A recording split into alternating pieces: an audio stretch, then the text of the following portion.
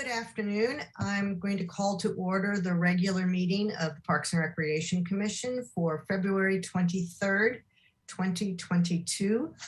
May we have a roll call, please, Ms. Navarez? Chair McGill. Here. Vice Chair Clark. Here. Commissioner Aldana. Present. Commissioner Feck. Present. Commissioner Lesnar Buxton. Here. Commissioner Longstreet. Here. Commissioner Anander LaBerge. Here. Okay. Ms. LeBlanc, do we have any changes to the agenda? We do not. Okay, thank you very much.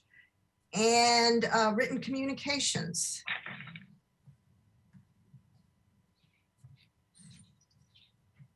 I know we've gotten a number of written communications. Yes. Yes, Commissioner, Chair McGill and Commissioners, we received another additional written communication at 2:58 p.m. and I'm sorry I forwarded it a little bit later because I did not see it right away, but it was there. Some of you have seen it, I know, but anyway, you did receive another email. Okay, great. Thank you very much. And those of us who've seen it will have had a chance to read it, probably. Okay, so then public comment brings us to public comment. Any member of the public may address the commission for up to 2 minutes on any subject within the jurisdiction of the commission that is not scheduled for a public discussion before the commission. The total amount of time for public comments will be 15 minutes. Ms. Navarez, do we have any speakers on non-agenda items?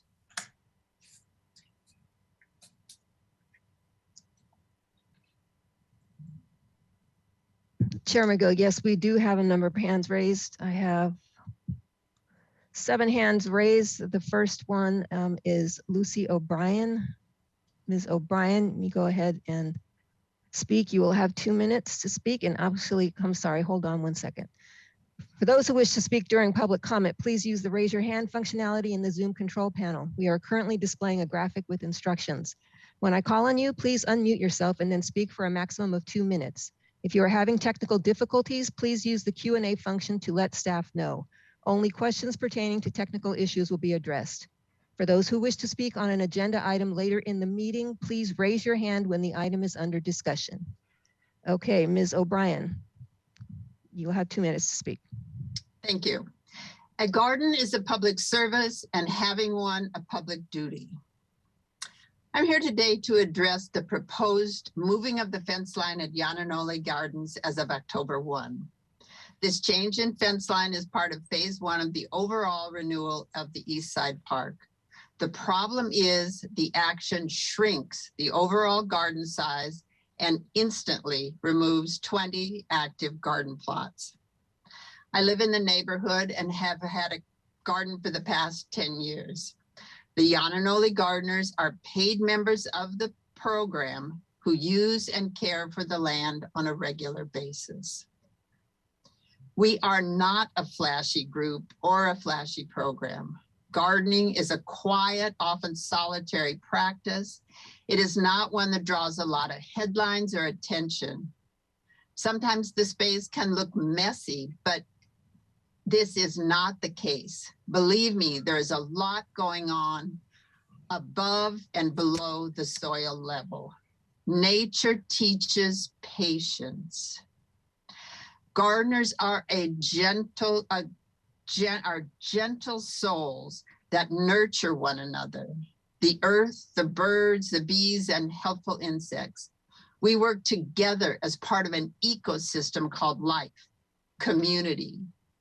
You can help save this culture.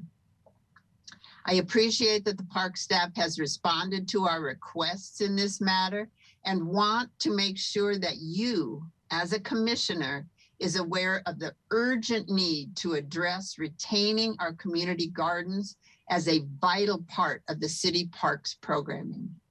You are an entrusted steward of this program. It is our plea that you will actively participate in this effort to keep our community gardens whole and thriving in Santa Barbara for future generations. We need more space for gardens, not less. Think of Richardson Wright's. And thank you, Ms. O'Brien. I'm sorry your time is up. But thank you very much. Our next public speaker is Anna Marie Gott. Ms. Gott, you will have 2 minutes to speak.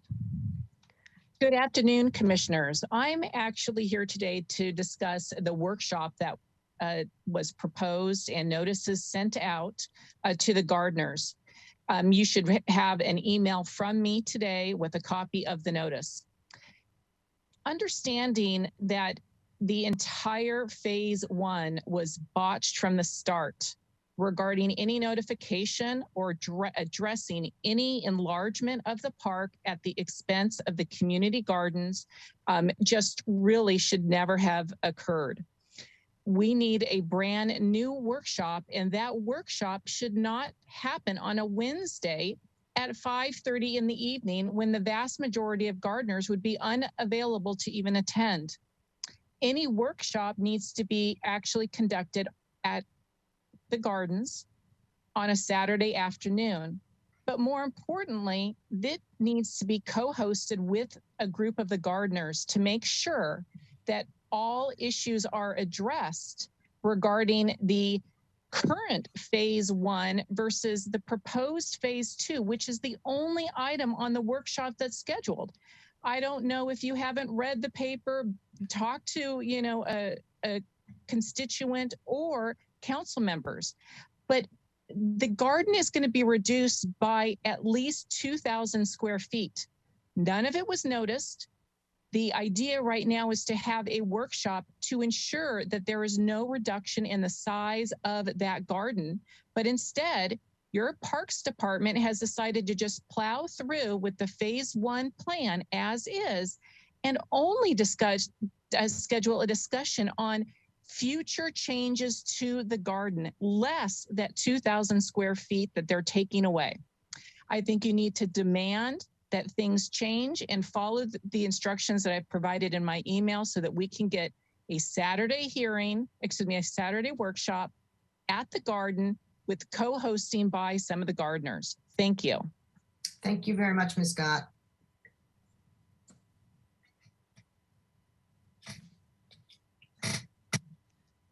Our next public speaker is Robert McElvey.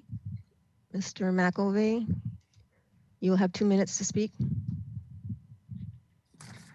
Hello, thanks. I'm here also to talk about the Yananali Garden and ask for the commissioner's help in redeveloping the phase 1 renovation plan.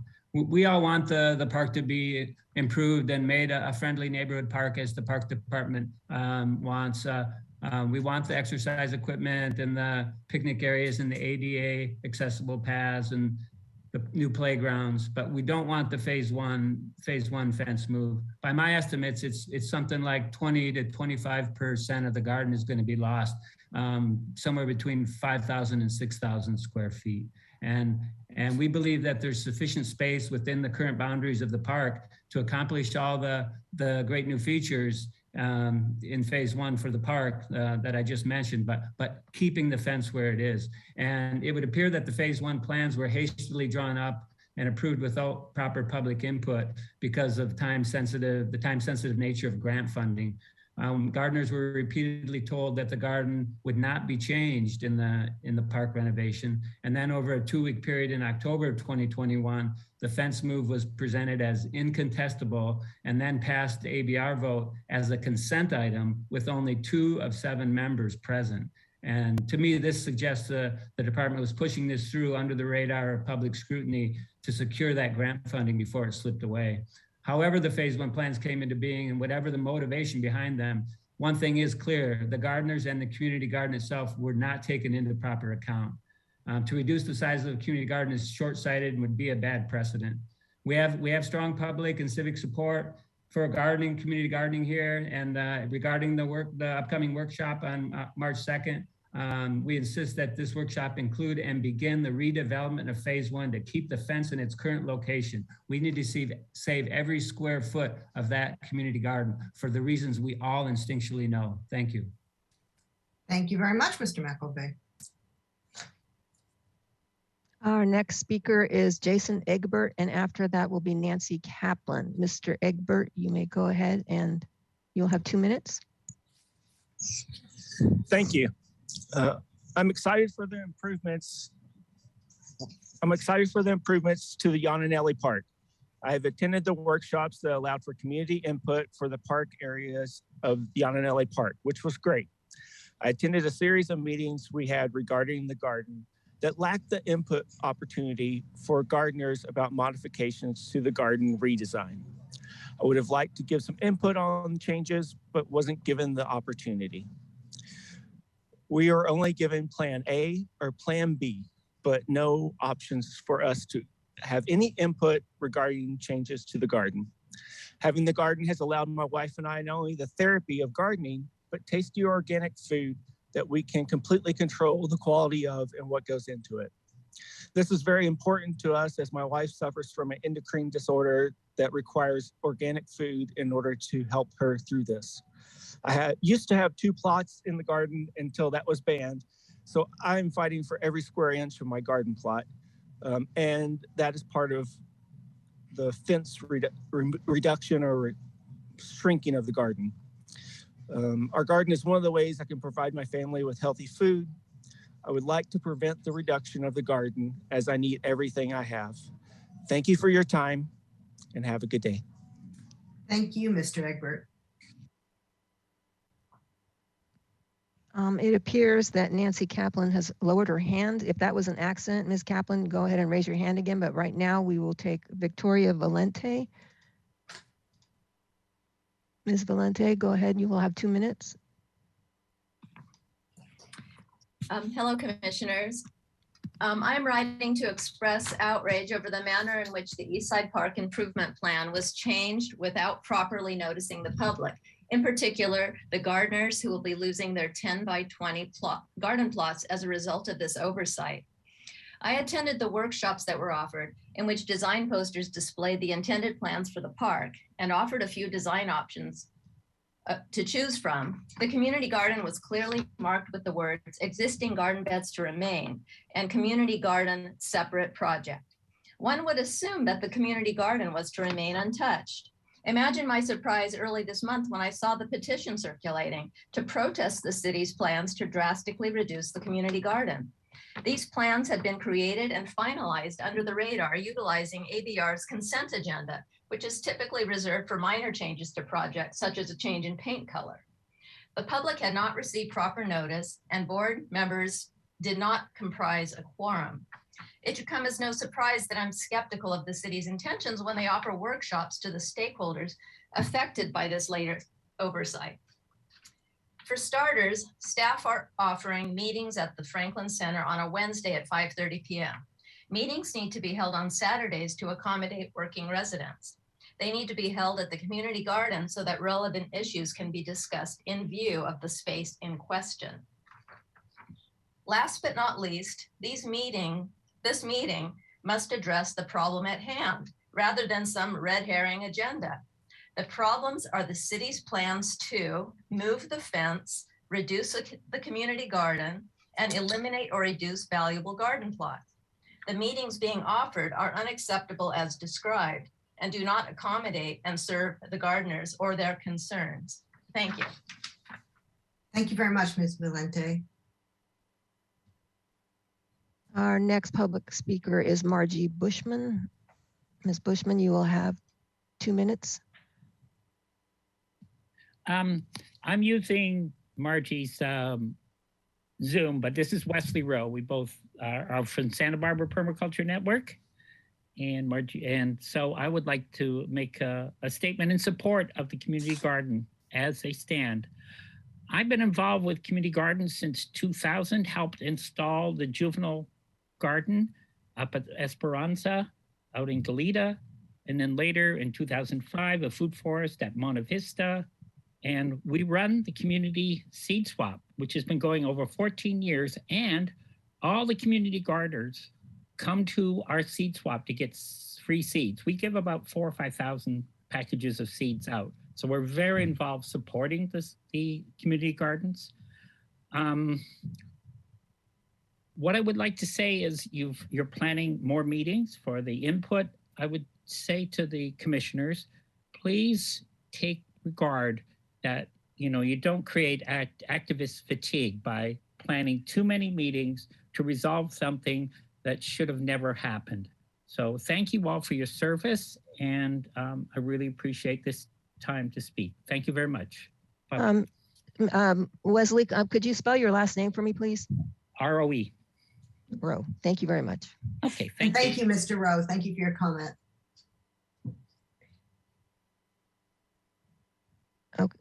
Okay, our next speaker is Betsy Kramer.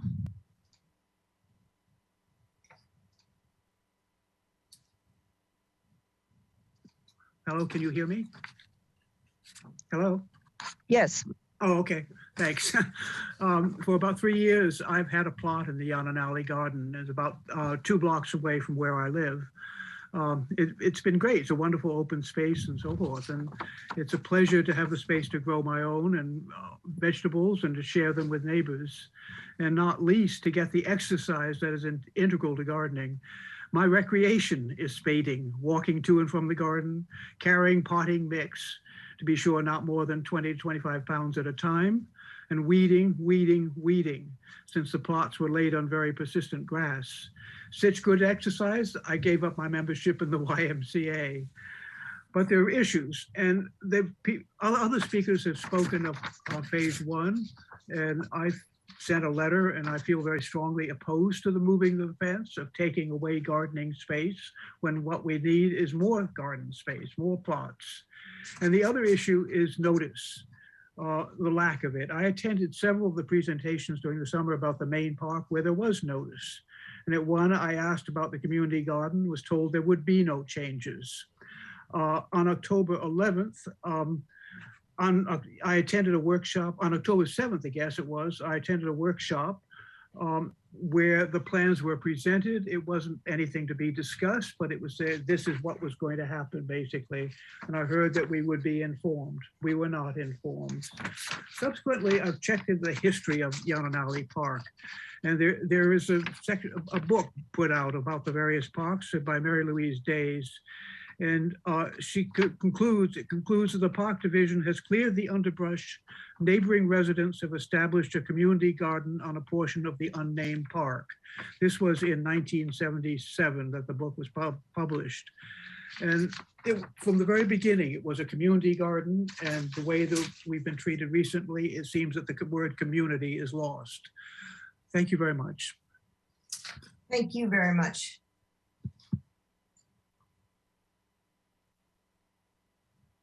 Chair Clark, that is, those are all the hands that were raised.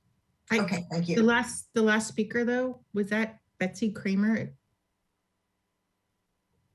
Just It's for Betsy Kramer's computer.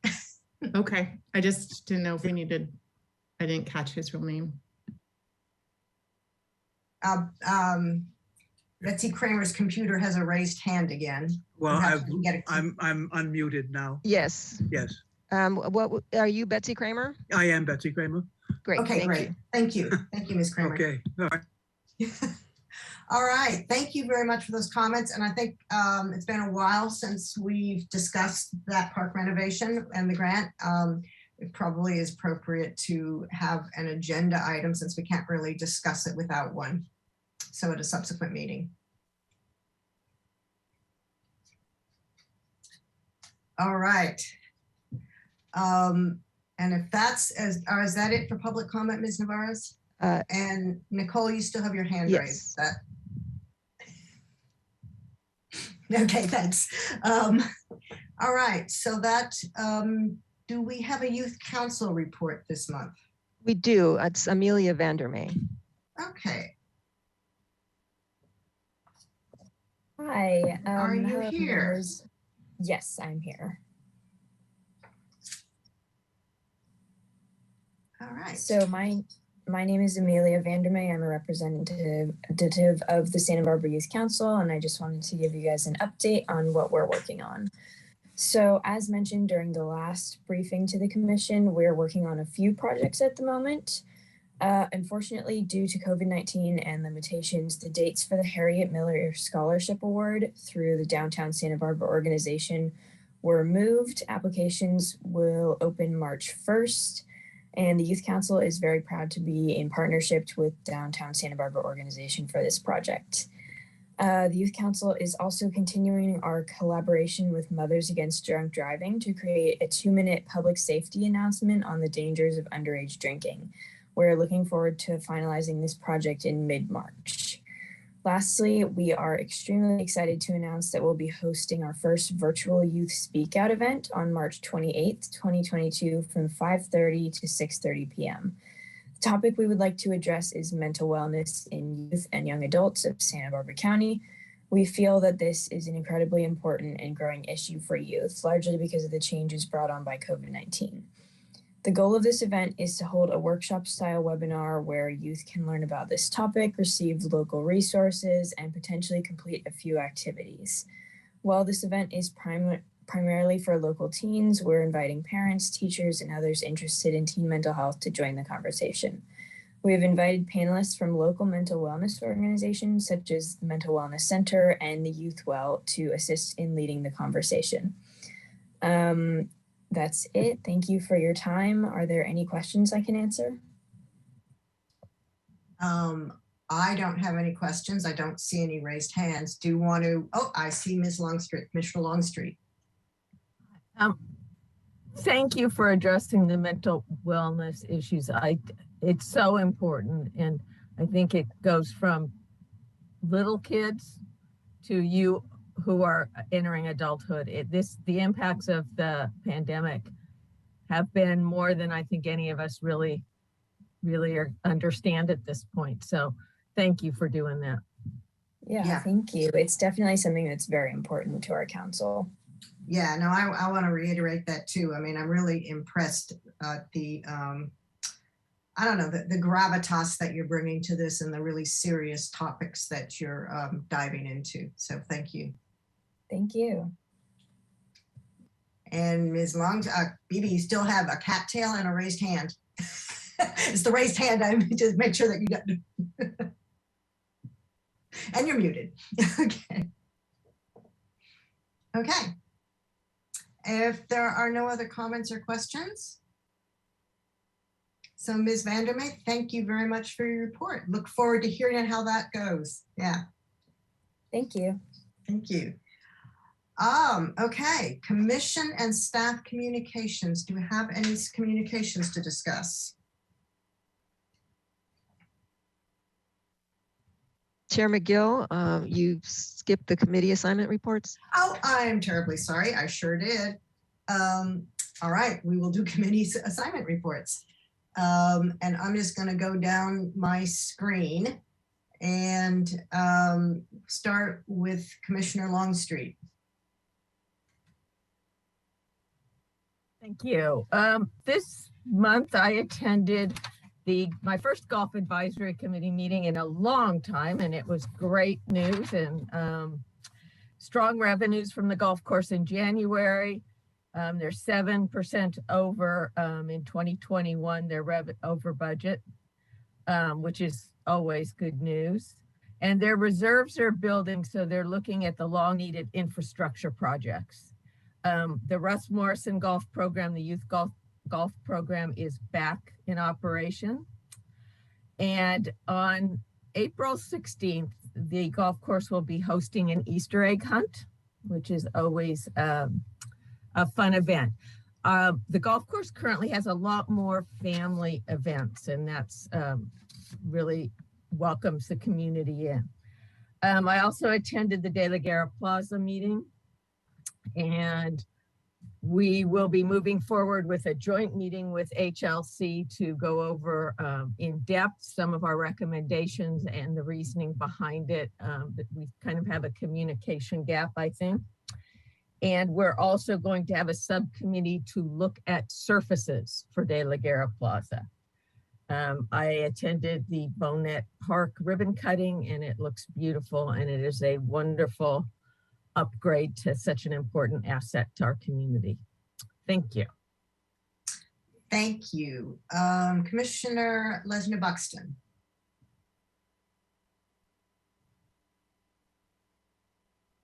So we about that I attended the youth council meeting and I did what's in the report this month.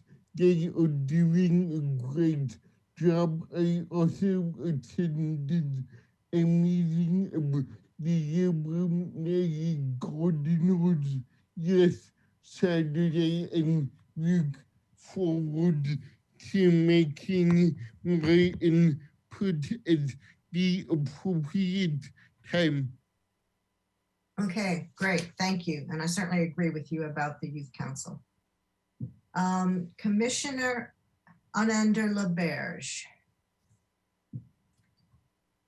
Yes, thank you. I attended the meeting for the Arts and Crafts Show, and we are going to have 7 new artisans added to the show. I'm hoping that is effective, if not already coming very soon. We got a chance to see their work, which was exciting. They are looking at making some adjustments to how some of the vendors might be able to get their spaces based on seniority, based on attendance credits. So I think they're looking at their policies regarding that and making some adjustments. They're talking about an anniversary show. I didn't catch what number anniversary, but an anniversary show during Mother's Day weekend. So I think they're ramping up to do something nice for that. There was some talk about food vendors, but I don't think they really got too far on that one, as far as some of the carts that you see sometimes with the vendors pushing around the carts. And I think there are some city ordinances that they're also having to work with to be able to have those vendors there. Essentially just some internal policy reviews is what the gist of the meeting really focused on. Okay, great, thanks, good. It's good to have you in attendance there. Commissioner Aldana. Yes, I attended the Bonet Park ribbon cutting event. Lots of awesome improvements. It was nice to see. And I also spent a little time at the Yalinali Gardens last Saturday just to get a pulse of how the gardeners felt. So that was nice to spend a little time with them and get their input. So those were the 2 that I did pertaining to the Great. Thank you. You're welcome. Vice Chair Clark. You can see the order you're showing up on my screen now. The Park Foundation board did not meet this month. I did attend virtually the Street Tree Advisory Committee meeting where we talked great length about each tree that's on the agenda today. I was very sorry to miss the Bonet Park ribbon cutting. I had to work extra at work, but I'm glad that was a success. And I read a whole lot of emails regarding Yalinali Garden and pickleball. And I look forward to discussing the pickleball later on this agenda. Thanks. And Commissioner Feck. Yes, so I attended the Creeks Advisory meeting this month, and there was 2 very good presentations, one on stormwater management and just kind of like Santa Barbara trash-free initiative by 2030. So they kind of went through what they're doing and some of the things that they're working towards getting trash collected before it enters the creeks and streams and ultimately in the ocean. So it was cool to see the work that they're doing on that. And then they also did a nice presentation on the water quality enforcement unit with Santa Barbara. And kind of talked about the work they've been doing to clean up the creek areas with different encampments around town and just being able to go into various neighborhoods to help people in those neighborhoods understand water quality and how to get certain things cleaned up before it enters our creek system. So yeah, great meeting this month. Okay, thank you very much. I guess that just leaves me. Vice Chair Clark's already talked about park. There was an integrated pest management meeting last week, but I was unfortunately out of town and couldn't do that, or the Bonnet Park.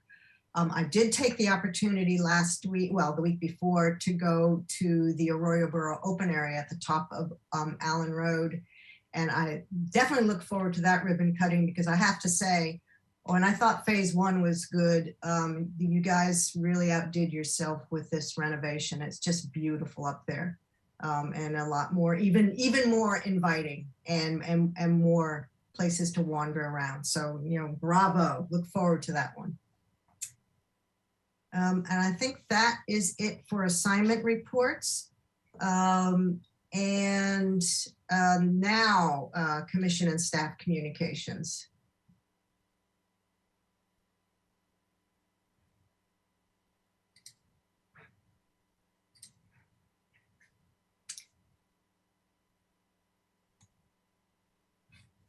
Rose, I don't believe we have anything to report. Okay, great. We do have a Q&A that came up. It's a bit out of order.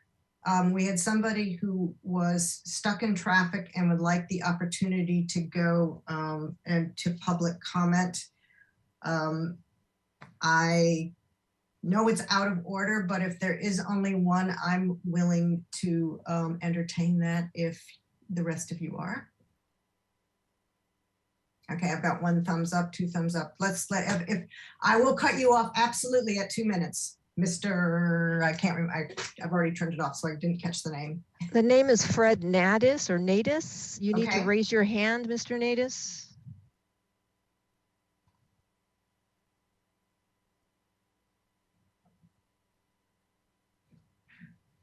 I am not seeing.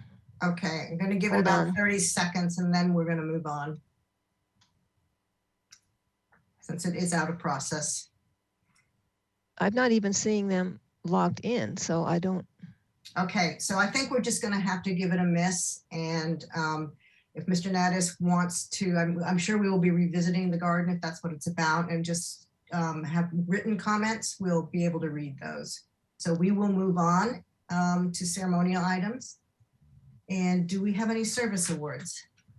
We do, yes. We have 2 employees who both received 15-year service awards this month. The first is Jeff Smith. Jeff was hired 15 years ago as a recreation supervisor to oversee youth and adult sports programming. And he has taken on much in his 15-year career, where he currently oversees tennis and pickleball programming. In his 15 years of service, Jeff has been known as a team player. He provides quality programs and services, and he's a valued member of our department. So under Jeff's purview, we've been able to grow program participation and revenues for sports activities and facility rentals. And he oversees all of our sport facilities, including 30 beach volleyball courts, 18 tennis and 12 pickleball courts, the Carrillo Gym, and 5 sport turf facilities. So he's really an integral part of our team in promoting free and fee-based recreational activities and sporting leagues. The other employee that I'd like to give honor to is Jose Ibarra.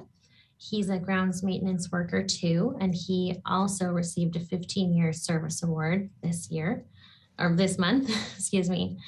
He spent many years working in our parks division, a lot of his time on the waterfront and in the harbor area, performing grounds maintenance work in high profile waterfront areas, including sea landing, all around our waterfront parking lots and shops, so on. He's also taken on a variety of other roles in other downtown and beachfront areas. So most recently in areas like the Rose Garden, Alice Keck Park, and City Hall.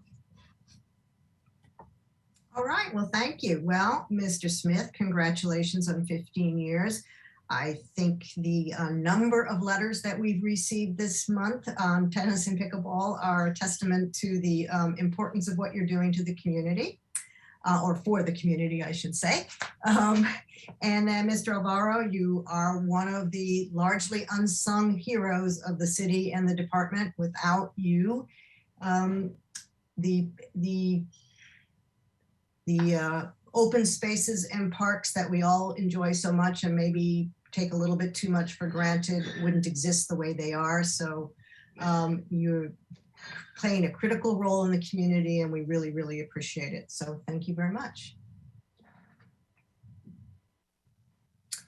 All right, so that brings us to the approval of the minutes from the last meeting. And we have a recommendation that the commission waive the reading and approve the minutes of the regular meeting of, I have December 15th, 2021, but that's not right. It would be the January meeting. January 26th. I'm looking at my orange agenda, not the slide. January 26th, 2022. So do I have a motion? I move approval of the January 26th minutes. I'll second. Right, we have both, and can we take a vote, please?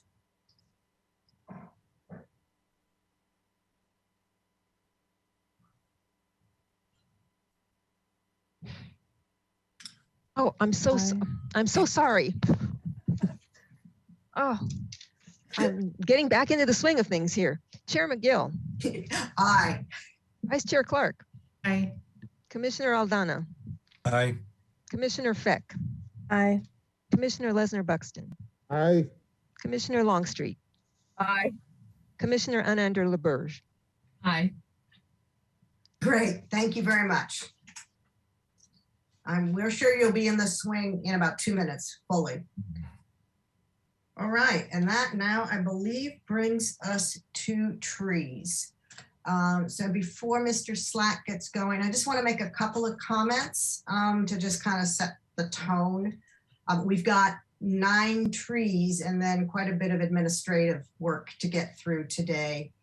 And I want to make sure that we give each of these trees their just discussion, but I also would request that we keep questions and comments focused and within our remit. And I think that's really important, that we recognize that we're here that what really our remit is the actual tree removal request and any mitigating measures. So for example, if there's a development being proposed, details about that development are definitely not in our remit. We can get clarity if there's any gray areas, but I would request that we stick to the trees and the mitigations and ask questions as efficiently as possible. And with that, I will turn it over to Mr. Slack. Good afternoon, Chair McGill and commissioners. Next slide, please. The first Street Tree Advisory Committee recommendation for review is the request to remove a Queensland lacebark. This is a street tree located in front of the property at 425 Garden Street. This property is being proposed for pretty extensive redevelopment. As noted in the report, this property is zoned commercial, so there's actually no formal parking requirement on site. And the applicant's requesting removal of this tree due to the installation of a new driveway apron to allow ingress and egress to the property. In addition to that, there's some pretty creative parking pockets that have been designed that are going to impact this. Actually, the parking pocket's what's going to impact the tree. I'm sorry, I misspoke there. So in review of this project, transportation staff provided some comments very initially at the concept level that they were really concerned with the lack of off-site parking in this commercial zone and had specific concerns about large vehicles such as UPS or FedEx, Amazon delivery vehicles, as well as trash vehicles, potentially parking on Garden Street due to the inability to successfully access the site. And as a result of that, provided some comments to the applicant, and they proposed this sort of creative approach, which we actually saw not too long ago also proposed on East Coda, where the parkway gets lowered down to the road grade in essence, creating a parking stall in what used to be the elevated parkway and sidewalk. So the applicant, again, was proposing this parking pocket to accommodate traffic, delivery and trash vehicles. And also on the application noted that they were motivated to install at least 2 new trees within the project vicinity to offset the loss of the existing tree. The committee reviewed the proposal, again, noting that we have seen this type of design modification to the street previously, noting that it seemed to be a relatively reasonable and practical development of the property given the parking limitations on site. They did note the tree was in good health, but given the limitations to access the site, again noted that this was a reasonable and practical development of the property. There was conversation about where the street trees would be replaced, and it was determined to be most practical to defer that decision to the city arborist. We anticipate, as we do in most situations, relocating the replacement trees as close to the project as possible to minimize impact to the local aesthetic, and then also just to mitigate the loss in biomass within the existing area. After review, the committee made a recommendation to approve the removal of the Queensland lace bark on the condition that the applicant plant 2 new street trees at the discretion of the city arborist. Thank you very much. Do we have any questions for Mr. Slack?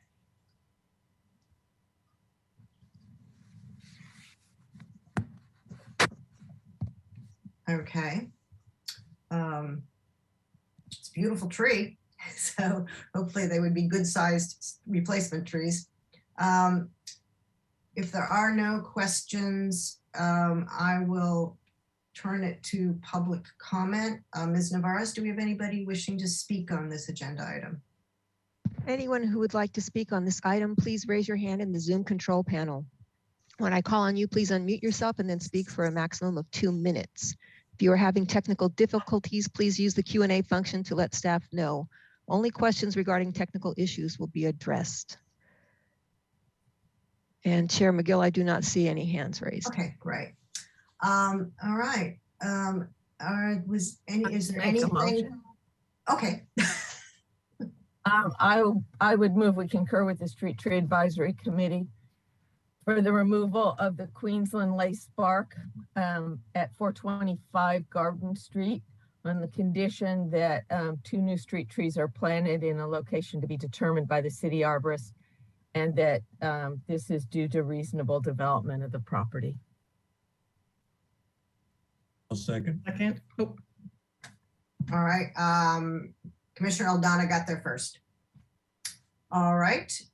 So we have a motion and a second. Is there any discussion? All right. If no discussion, Vice Chair Clark, your hand's up. I just really briefly wanted to say why I'm in support of this removal is just with the dearth of adequate housing in our town. Although the tree is a great loss, it's going to be replaced with 2. And then there's going to be 33 new housing units for people. That's my reasoning. That's it. Yeah, thanks. No, that's really where I'm coming from. And the fact that there's 2 trees and on a street like Garden having no commercial parking access would be a real problem. All right. If there is no further discussion, can we take a vote, please? Chair McGill. Aye. Vice Chair Clark. Aye. Commissioner Aldana. Aye. Commissioner Feck. Aye. Commissioner Lesnar Buxton. Aye. Commissioner Longstreet. Aye. Commissioner Anand-Laberge. Aye. Okay, I believe that's it. So moved, which brings us to Quarantino Street. Chair McGill and Commissioners, the next Street Tree Advisory Committee recommendation for review is the request to remove 4 trees located at 2 South Quarantina Street and also on Quiniento Street. So along Quarantina, there's a rusty leaf fig and a eucalyptus proposed for removal. And along 500, they're requesting the removal of 2 Chinese flame trees. In this specific instance, these trees are also located within the public right-of-way. Therefore, as part of 15.20 of the municipal code, these are qualified as street trees, even though they're not street trees in the traditional sense that we're used to. This property also is being comprehensively developed. As part of these improvements, the applicant is proposing to put fully improved right-of-way, and by that I mean they're developing a parkway as well as a new sidewalk that will be continuous along both Quarantina and 500. The applicant's requesting the removal of these 4 trees because these trees basically fall directly within the footprint of the newly proposed sidewalk improvements. The applicant, in addition to requesting the removal of these trees, has proposed to plant 9 new trees along Quarantina Street, and then also 3 new street trees along 500 Street. We've been in contact with the applicant in advance of the meeting, and these street trees are the designated street trees for both Quarantina and 500 Street that they're proposing to install. I'm desperately trying to mute this call too. So the committee reviewed the 4 trees, noted they were in fair condition. Again, this is one of these situations that we're starting to see a little bit more frequently, where some of these parcels are going through like comprehensive redevelopment as part of that. Public access improvements such as sidewalks, which don't exist here, are a big plus to the community, and that was noted by the committee. There was comments provided from the committee and general consensus that the rusty leaf fig was a particularly special species and something that did warrant a second look at and retention if possible. And as part of those discussions, we noted potential challenges with the retention of that tree, such as grading. The trees located within that sidewalk footprint, so that's going to force the sidewalk to have to be modified in one direction or another. We have had the opportunity to kind of have preliminary discussions with transportation staff about the feasibility of modifying a sidewalk. They're typically not supportive of it, but given unique situations, it's not a full deal breaker. So there does exist the possibility. We're still waiting on additional information from the applicant in terms of grading and those sorts of challenges on site in terms of tree retention. So again, the committee was generally supportive of the removal of the blue gum and the 2 Chinese flames, but they did really want staff to kind of take a real critical look, work with transportation as well as the applicant to explore the feasibility of the retention of the rusty leaf fig. They did note that the proposed replacements were practical and would far offset the loss of the existing trees. And after review, made a recommendation to approve the removal of the blue gum and the 2 Chinese flame trees, but deny the request to remove the rusty leaf fig, with comments that they would like staff to work with, again, with transportation, as well as the project applicant to explore the feasibility of retention of the rusty leaf fig. And just if the commission is comfortable with the recommendation to deny and guide and give direction to staff to work with the applicant as well as the transportation section to explore the feasibility of that. That certainly can be part of the condition, and that would defer the decision-making, I guess, to staff once we're able to sort out all of these pieces regarding the feasibility of retention of the rusty leaf fig. But again, the recommendation was to approve the blue gum and the 2 Chinese flames and deny the rusty leaf fig at 2 South Quarantina. Okay, thank you. I guess I just have one question for clarity before I open up for other questions. I mean, what I'm hearing is could be a deny without prejudice to come back, but you're actually suggesting a deny and leave the decision ultimately to staff. Is that correct? Chair McGill and Commissioners, that is correct. Okay, thank you. And then is there a reason that the replacement trees, the 9+3 replacement trees, were not included in the recommendation as a condition?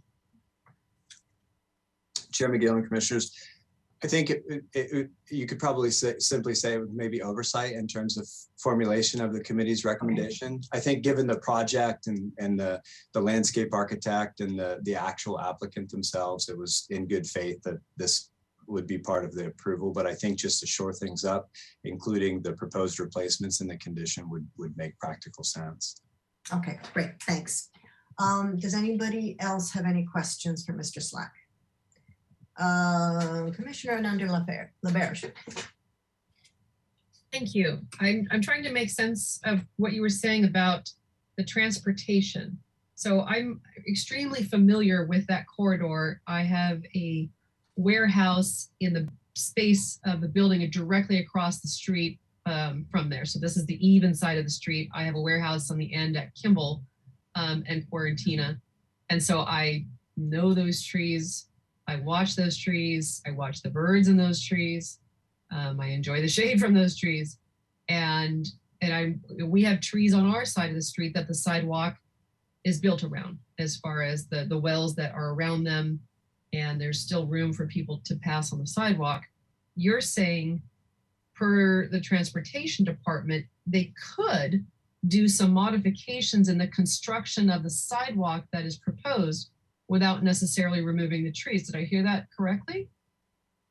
Chair McGill and Commissioner Vandermeer, that is, I think, that was the hope of the committee with the recommendation. I think that as we noted, there's still some unknowns given the development on the site.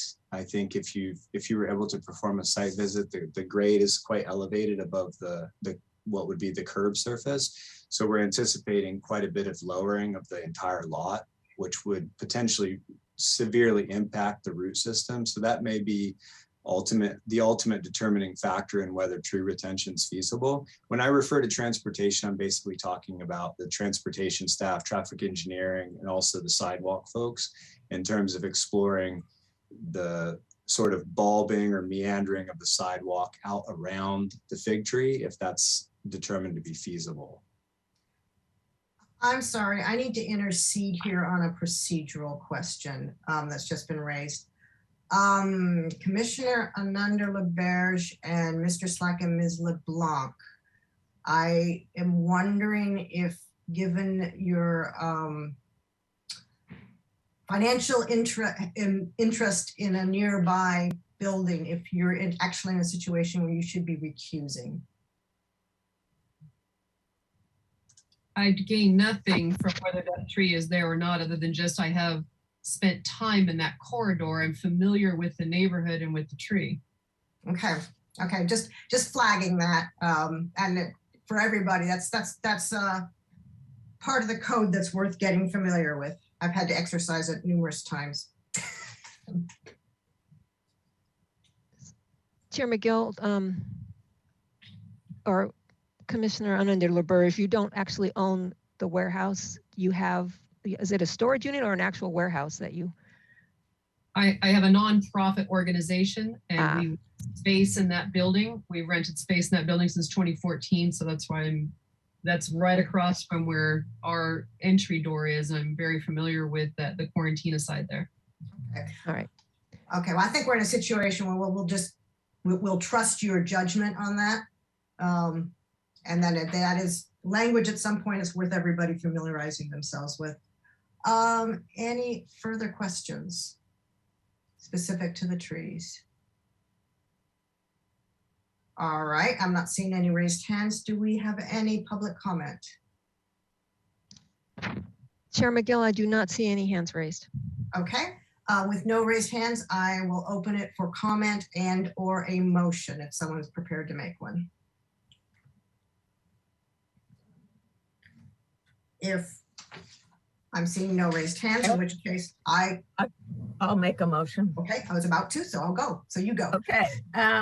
I move that we concur with the Street Tree Advisory Committee recommendation. And Mr. Slack, I may need a little help with the wording on the rusty fig. That we concur for the removal of the two, or the eucalyptus blue gum and the two Chinese flame trees, and deny the request without prejudice for the rusty leaf fig, and direct staff to work with the applicant and transportation on a solution for the rusty leaf fig. Does that cover what we need? And that this meets, we're looking at reasonable development of the property. Yeah. I saw Vice Chair Clark and then Commissioner Nunder-LaBerge. And we have a question for Mr. Slack at first. So Chair McGill and Commissioner Longstreet, I think that does capture it. I think what we were looking to do is still, you know, if the commission wants to deny the removal, we're moving forward with the expectation that we will explore all reasonable options to retain the rusty leaf fig, you know, working again with the applicant and other city departments to try to make that possible. If in the event it's determined that it's not feasible, staff does have the ability to issue an administrative approval of the removal of the rusty leaf fig, which would allow them to proceed with the project without having to come back. The one other missing component that we did talk about would be to also reference the conditioned replacements that they proposed, the 9 trees on Quarantina, and then also the 3 trees along Quinientos.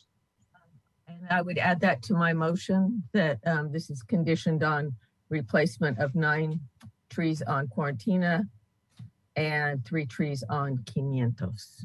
Okay, great. And Vice Chair Clark, your hand just went down, so I'm guessing That that's was what my, you're going to add. yeah, my question was, did she want to add the replacement tree? So it's Okay. been answered. Thank you. And I'm prepared to second that. Okay, so we have a motion and a second.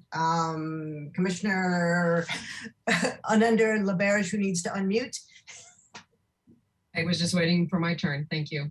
I was wondering, isn't part of the condition, or couldn't part of the condition be also that they needed to see about the grading to see if the trees that are along Quarantina also need to be removed, or if they can be salvaged and sidewalk worked around them? Or did I misunderstand Mr. Slack on that?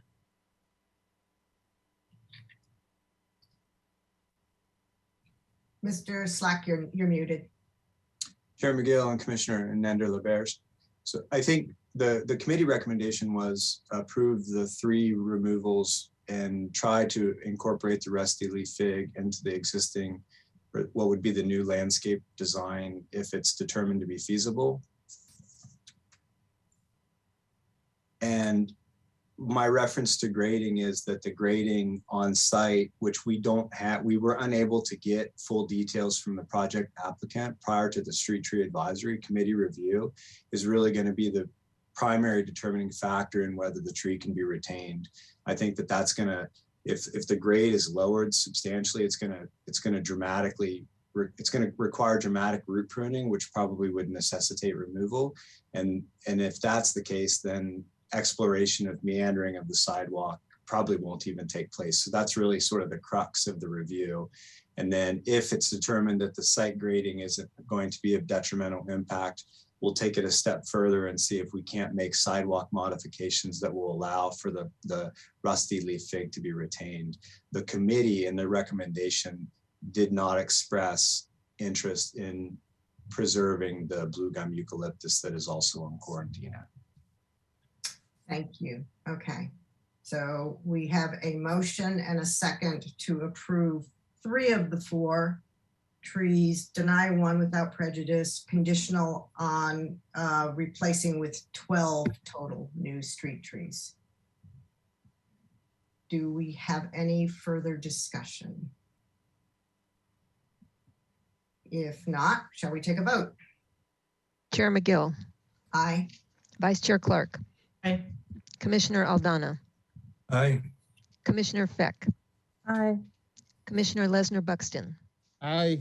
Commissioner Longstreet. Aye. Commissioner Nunder-LaBerge. Nay. Okay, great. Thank you. So passed. And that moves us to 110-114 South Quarantina. Chair McGill and Commissioners, the next Street Tree Advisory Committee recommendation for review is the request to remove a Brisbane box. This is also located within the public right-of-way and is considered a street tree based on the municipal code. The project applicant, who's the same applicant from the previous project, is proposing the removal of this lone Brisbane box due to the expansion and installation of a driveway apron directly adjacent to the existing Brisbane box. They did, in the application, express a desire to replace the tree. So it was essentially a 1-to-1 replacement ratio with the tree being moved a little bit further away from the driveway apron. The committee reviewed the application and request, looked at the site plan that was provided, noting that it appeared that there was significant room available to allow for the new driveway apron to be installed without causing detrimental damage to the tree. They noted the tree was in fair to good health. It was well established, and that the proposed driveway apron didn't appear to be really close enough to the tree to warrant removal in this specific instance. After review, the committee made a recommendation to deny the request to remove the Brisbane box. And again, noting, just as sort of a side note, this is the same project applicant, and unfortunately they were not at the Street Tree Advisory Committee meeting. So again, this is one of these situations where we'll be able to get some more details, but the committee recommendation is to deny the request for the removal of the Brisbane box at 110-114 South Quarantina Street. Okay, thanks very much. Do we have any questions for Mr. Slack? I see no raised hands. Do we have anybody from the public wishing to speak? Chair McGill, no hands are raised. Okay, great.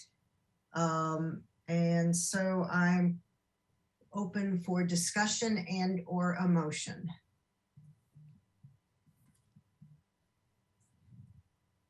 If there is no discussion and I'm seeing no raised hands, I'm prepared to make a motion that we concur with the committee recommendation to deny the removal of the Brisbane box on 110-114 South Quarantina. I guess that's it. I'll second. Okay. Any further discussion? May we have a vote? Chair McGill. Aye. Vice Chair Clark. Aye. Commissioner Aldana. Aye. Commissioner Feck. Aye. Commissioner Lesnar Buxton. Aye. Commissioner Longstreet. Aye. Commissioner Unander LaBerge. Aye. Great, thank you, so moved. All right, Anna Pamu. Chair McGill and Commissioners, the next Street Tree Advisory Committee recommendation for review is a request to remove an olive. This is also a street tree located at 816 West Anapamu Street. The applicant listed a few primary reasons for removal, including debris, specifically in relation to fruit drop, noting that the tree was a volunteer, also just general safety concerns with the tree. The committee reviewed the tree, noted it was in good health, comments were made regarding debris, very similar to other reviews, especially involving street trees where debris is a natural occurrence and not virtually never considered a valid criteria for removal. The applicant did express a desire potentially to replace the tree if they were approved. The committee noted that it was, again, the tree was in good health and functional in this location. And after review, made a recommendation to deny the request for removal of the olive at 816 West Anapamu Street. Okay, thank you. Does anybody have any questions for Mr. Slack? Not seeing any raised hands. I do have one. How old do you think that tree is? That seemed pretty established for something that's a volunteer. Chair McGill and Commissioners, I would say that's correct. It's always really kind of difficult to date street trees unless they were kind of installed at or near when the homes were built, but certainly not a young tree by any means. Probably a handful of decades old, I would assume. Yeah, and it's there's been some canopy impingement between the two trees. There's no issues with the distance of the two trees from each other. Chair McGill and commissioners, not really. I think some routine pruning could be a benefit, and that's something that I've actually been having a conversation with the applicant about, getting some pruning set up probably through the permitting process. So I think with some routine maintenance, it's fine. Okay, thank you. If there are no other questions, and I'm not seeing any raised hands, do we have any members of the public wishing to speak on this item? Chair McGill, no hands are raised. Okay, and let's open it for discussion and or a motion.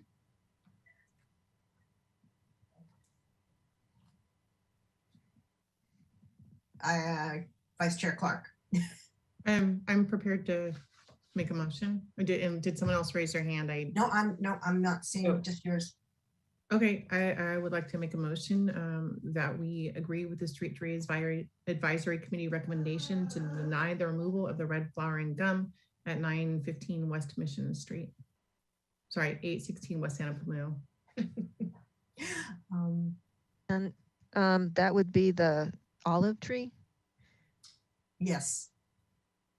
Oh, sorry, I was reading I don't recognize that tree from the picture, and I did walk by it. I was reading the currently designated street tree. Yes, the Olea Europea at 816 West Santa Pomino.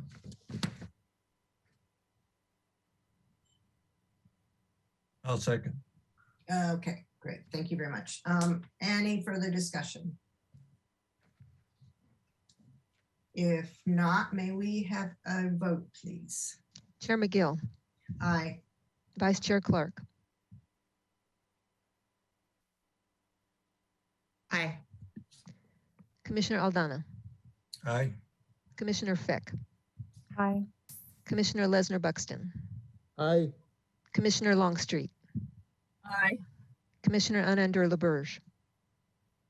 Aye. Okay, great. So moved. Thank you very much. And now on to Oakcrest. Chair McGill and commissioners, the next Street Tree Advisory Committee recommendation for review is the request to remove a silver dollar gum. This tree also is a street tree located at 2526 Oakcrest Drive.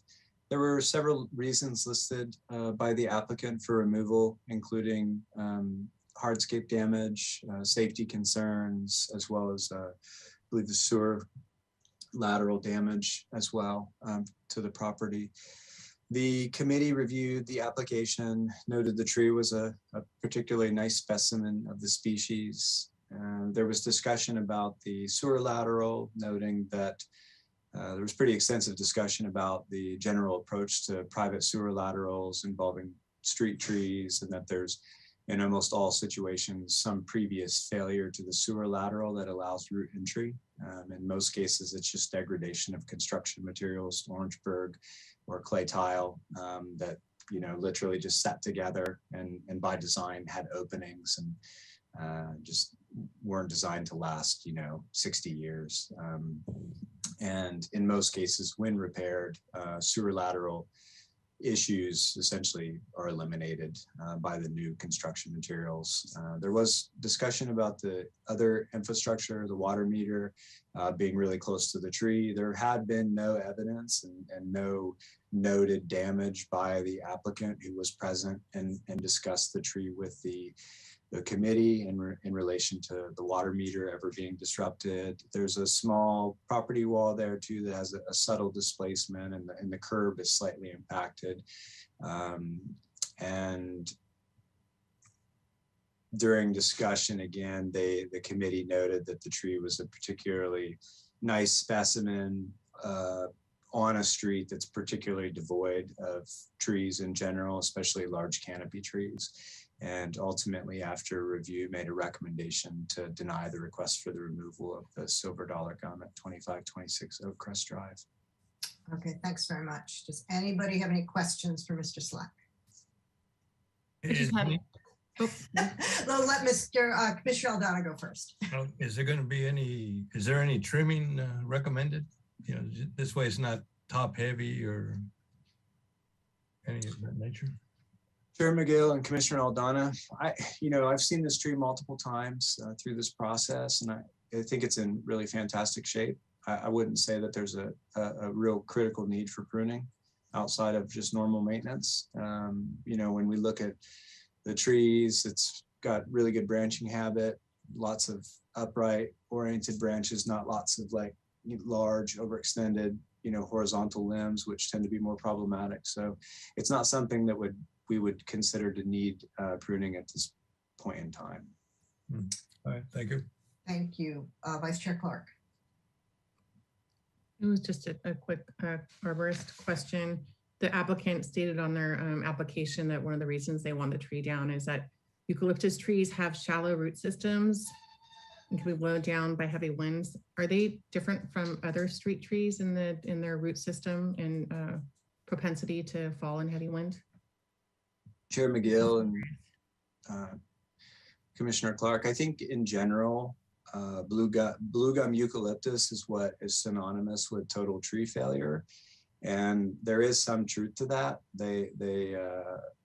They're a species that can fail and the canopies can still look pretty healthy. So it can be very kind of startling when that does happen. I would say it's still infrequent.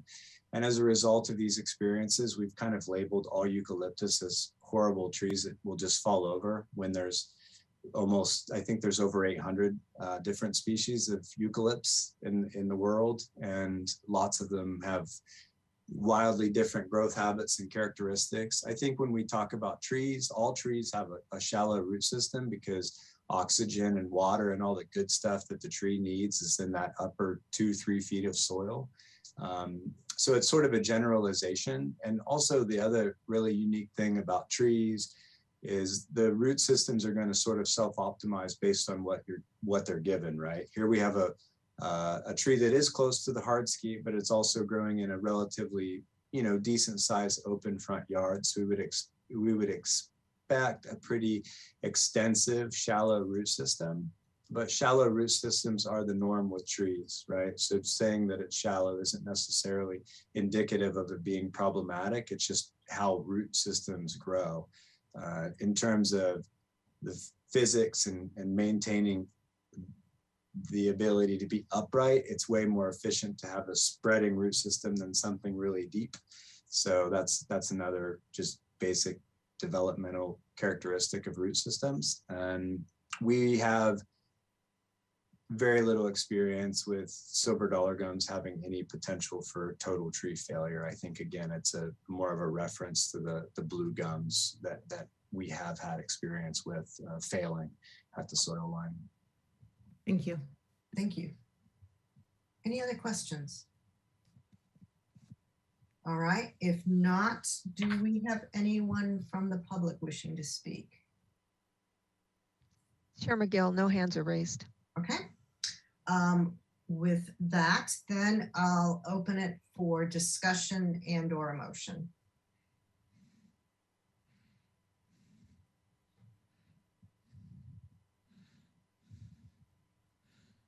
Vice Chair Clark. Just gonna make a motion, but that's okay. I know, are we supposed to raise our hand before we say we want to make a motion? And the whole raise hand thing is well, it's kind of it's easier. The little yellow raised hand is actually easier for me to see. So okay. That's the only reason I would suggest that. Okay. It's kind of jumps up at me and I see it. Well, I'm going to make a motion that we concur with the Street Tree Advisory Committee to deny the removal at 2526 Oak Crest Drive. Vice Chair Clark, you're still raised. Ooh. No, that's newly raised. I raised it. Newly raised. Yeah, I'll second that. Okay, thank you. We have a motion and a second. Do we have any further discussion? All righty, may we have a vote? Chair McGill. Aye. Vice Chair Clark. Aye. Commissioner Aldana. Aye. Commissioner Feck. Aye. Commissioner Lesnar Buxton. Aye. Commissioner Longstreet. Yes. Commissioner Unender-LaBerge. Aye. Okay, great, thank you. And now we are on Sasquattus. Chair McGill and Commissioners, the next Street Tree Advisory Committee recommendation for review is a request to remove a weeping fig. This tree is located within the front setback of the property. The applicant was requesting removal of the weeping fig due to damage to private infrastructure, specifically the water line that goes to the home. If you were able to perform a site visit, you were able to see that the tree's in a kind of a unique front yard situation where you have a pretty large front lot line property wall. So essentially the tree is kind of in planted right behind this retaining wall situation. The committee reviewed the application, noting the tree was in fair health, consensus immediately of the problematic nature of a weeping fig in a small space like this, noting that even if root pruning was utilized for the water meter, likely it would be a continuous challenge with the root system continuing to grow and potentially disrupt the water meter. The applicant did express a desire to plant a replacement tree. We did look at that in detail, and the committee had general consensus that they would be supportive of the applicant replacing the tree, but also noting that the front yard was quite small and that the committee determined that a replacement tree really wasn't necessary in this specific instance, which is somewhat uncommon when you look at setback tree removal requests. But ultimately, after review, the committee made a recommendation to approve the removal of the weeping fig, again, no condition for replacement, and made a determination the commission could make the finding that the principles of good forest management support the removal of the weeping fig at 817 North Salsaquete Street. Okay, thank you. Does anybody have any questions? If not, I have one. I guess my question is really just sort of a procedural one. Is it also possible that it could be conditioned on replacing with a street tree if there's not really space for a setback tree? Chair McGill and Commissioners, there's already a couple little, I believe they're purple leaf plums maybe, planted in the parkway in front of the property. So certainly I could pull the data up. I don't have the availability within the immediate project vicinity. But again, the committee during review made a recommendation that no conditional replacement was necessary for this project. Okay, thank you. Any other, okay, I don't see any raised hands, so I'm going to assume there aren't any other questions. Do we have anybody from the public wishing to speak? Chair McGill, no hands are raised. Okay. So I will open it up for discussion and or a motion.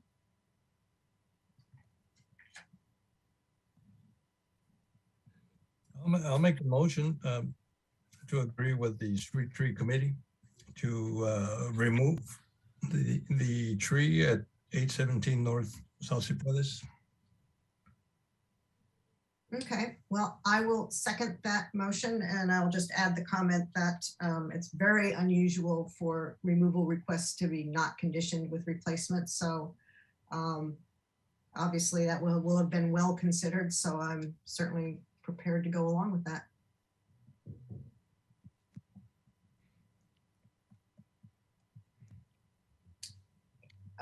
Any other discussion? If not, we will go for a vote.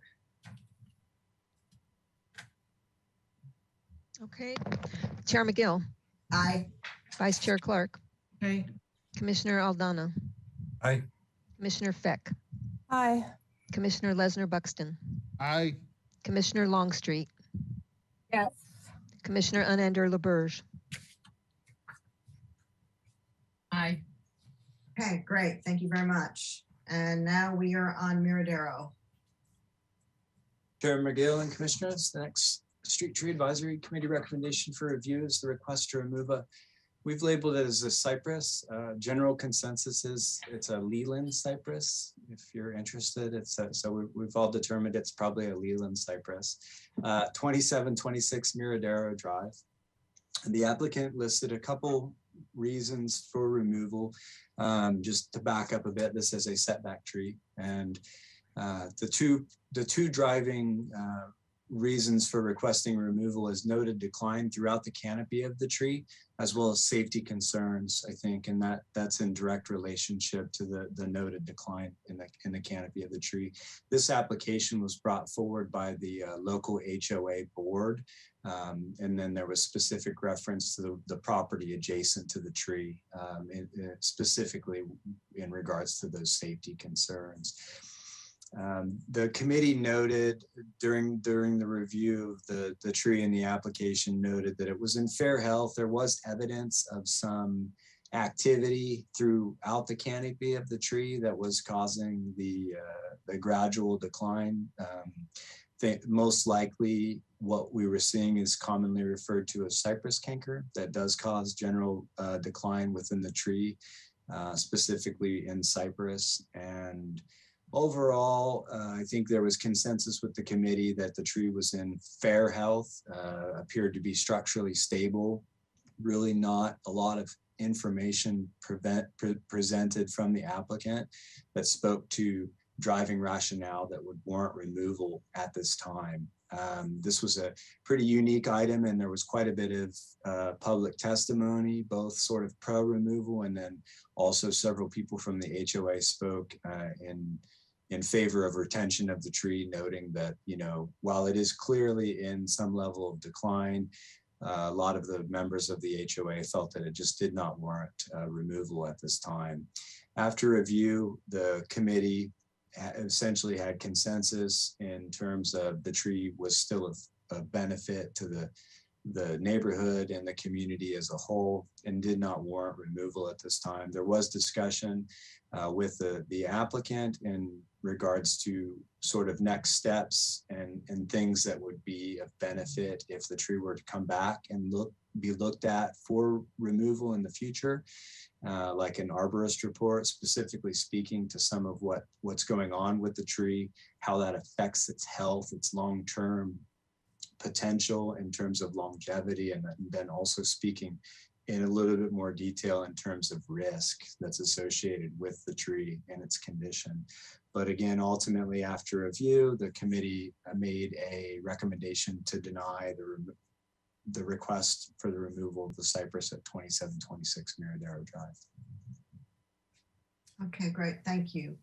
Does anybody have any questions? Chair McGill and commissioners, just to clarify, it was a denial without prejudice. Yeah. Thank you. Sorry. Yeah, thanks. Questions?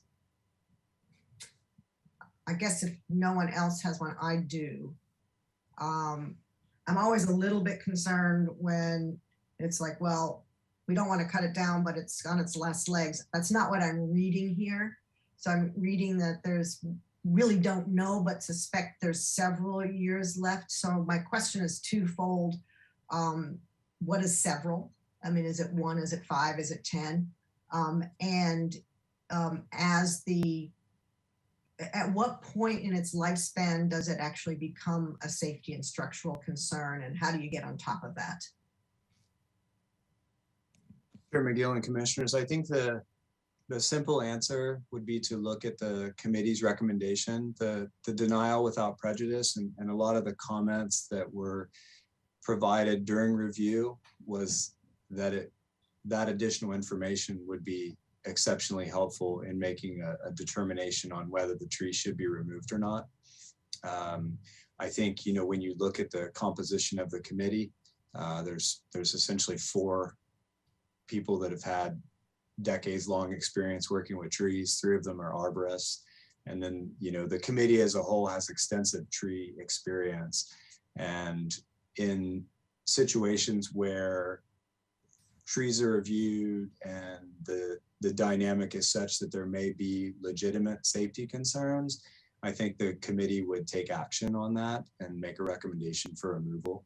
In this situation, the arborist on the committee noted that there was enough value here that it warranted a closer look and a little bit more due diligence from the applicant to sort of express and help to answer some of those questions that you posed. Okay, thanks. Does anybody else have any questions? If not, and I'm not seeing any raised hands, Do we have anybody from the public wishing to speak? Chair McGill, no hands are raised. Okay. In that case, I will open it up for discussion and or a motion.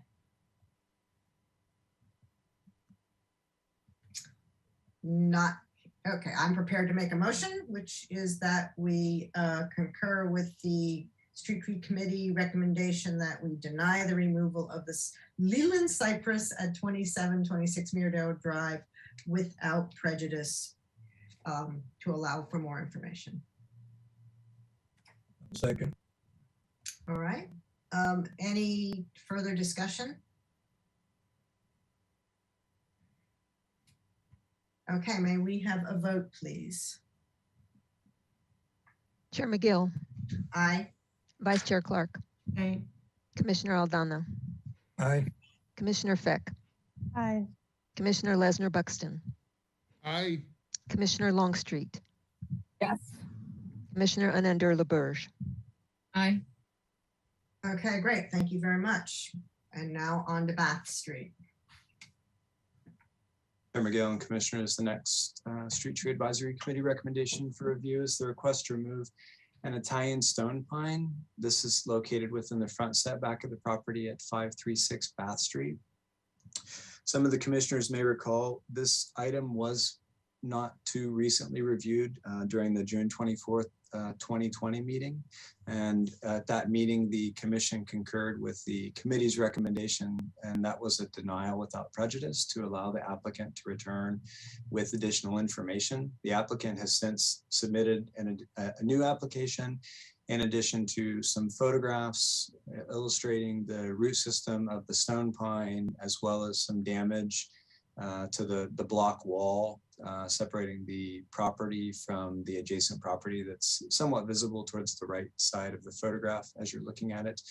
The applicant listed multiple reasons for removal, but the primary reason was for hardscape damage.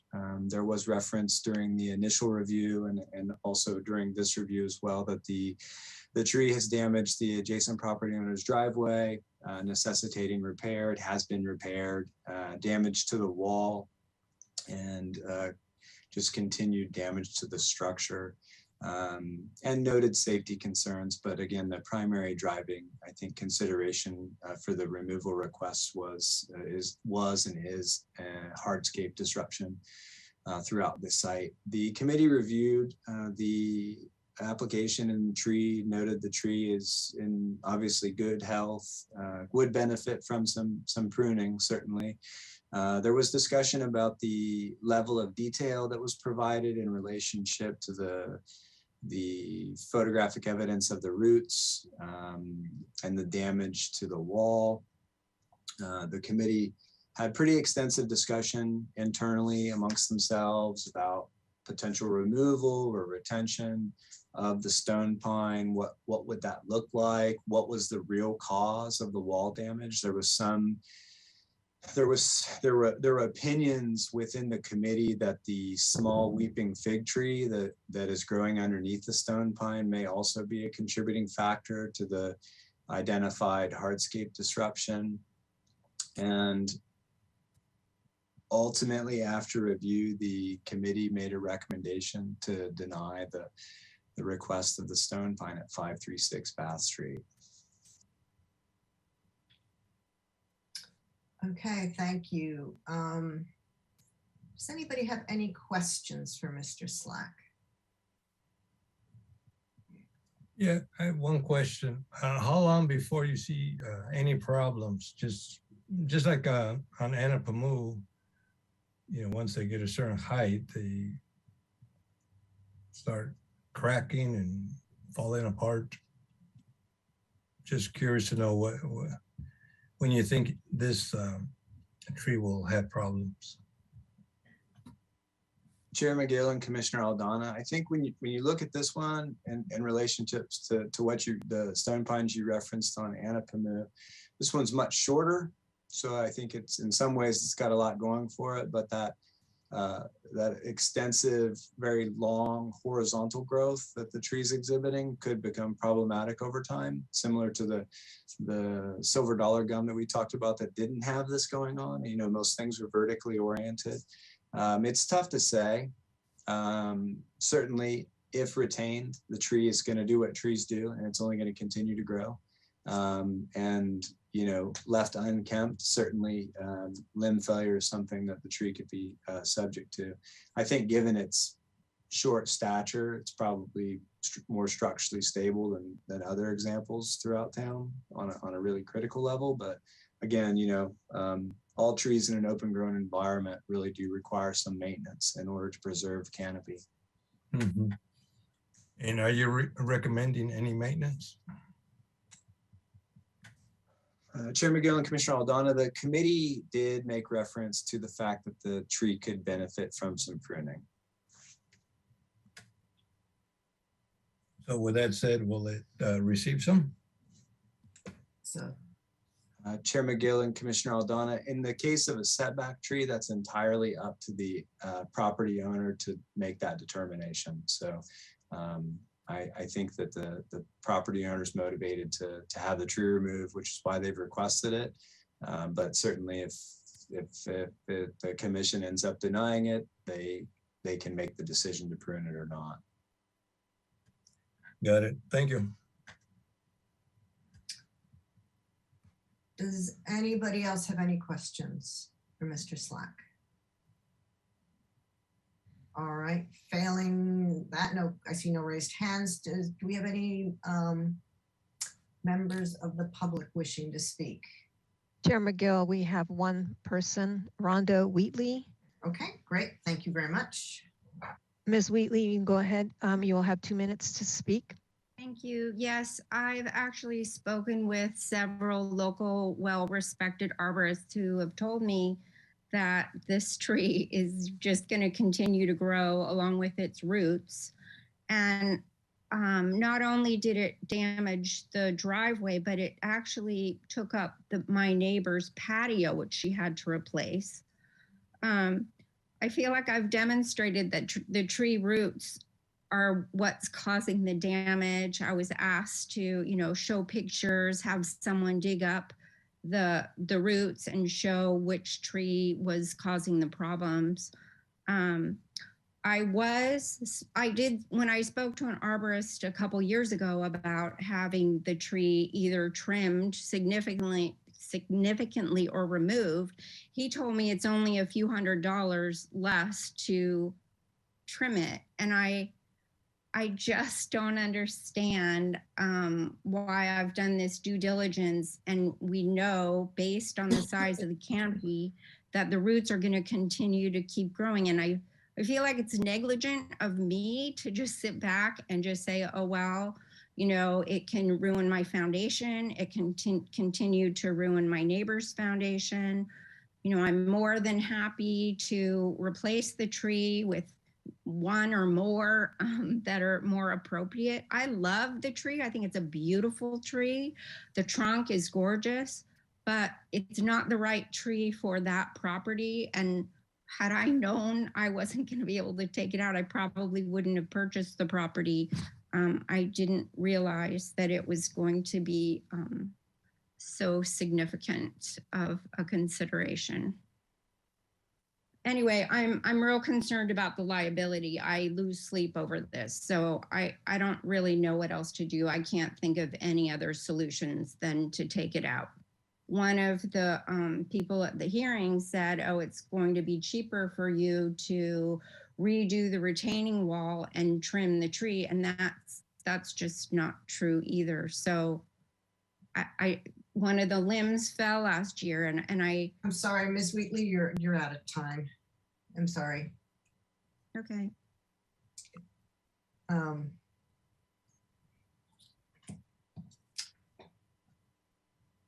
Okay, so I would like to open this up for discussion.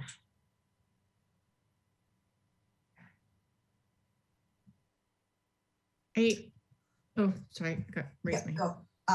Here it's up. Yeah, that's okay. I saw you. Okay. I'm conflicted on this tree. We don't remove trees for hardscape damage. It's just something we don't do in a city. We would have a treeless city if we remove trees for hardscape damage. But Mr. Slack, could you briefly speak to damage to the foundation from the tree, or realistically possible potential future damage to the foundation? Well, can the foundation be destroyed by that tree? I'm not talking just about the wall or the sidewalk or the neighbor's patio. I'm talking about the foundation of the house. Chair McGill and Commissioner Clark, those are, I guess talking in what ifs is very difficult, especially with trees. I always say never also when we're talking about trees, and especially tree roots, because they can do things that we would not normally expect. I think in this instance, I would be inclined to say that it's unlikely, but I also would not say definitively that it could not. It's much more likely, as exhibited, that it will continue to disrupt the surrounding hardscape, but actually affecting the home, I can't say definitively one way or the other. Thank you. Anyone else? I mean, I guess I'm struggling a little bit too. When I went by, what really struck me is two things struck me. One is I really didn't see anything different from when we looked at it before, and I remember it well because it's a beautiful tree. And I guess the other thing that struck me is that there is obviously hardscape damage with the wall, but I was really struck by how I didn't see corresponding sidewalk damage and curb damage, and I didn't see signs of structural damage around the house.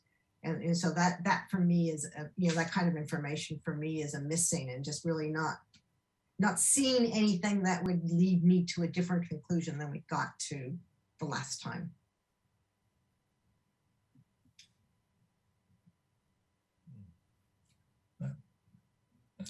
Commissioner O'Donnell. Yeah, myself, I think it is a beautiful tree, but I would have to agree with the owner that just not the right tree for the property. Yeah.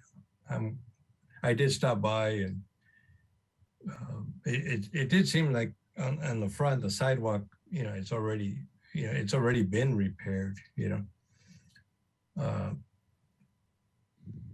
Myself, I just tend to feel that there's going to be problems. That's just my opinion. Yeah, what's missing for me is evidence, but Commissioner Longstreet. That was what I was going to say.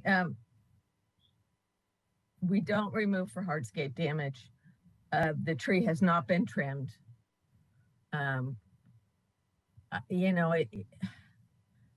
Every tree can have some potential problem. And environmentally, we know that we have to adapt a little bit to the trees too. So I would have liked to have seen this tree trimmed recently, even at its growth habit a little bit. I have to concur with the Street Tree Advisory Committee on this. So are you making a motion?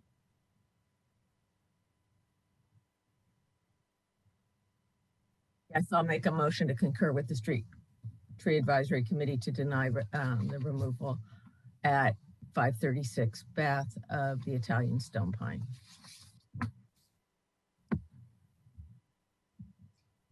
Vice Chair Clark. I'll second that. Okay. Do we have any further discussion?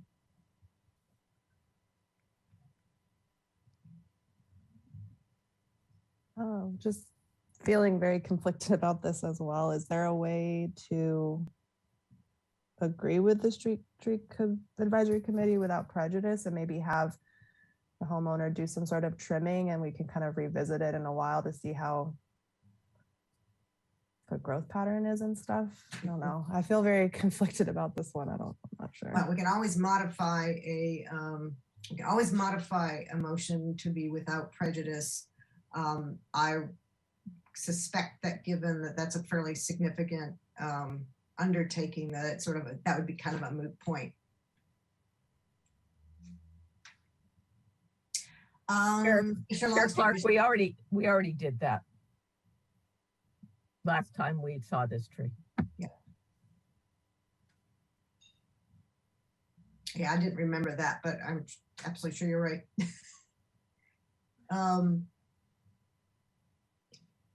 If there is no further discussion, I propose that we take this to a vote.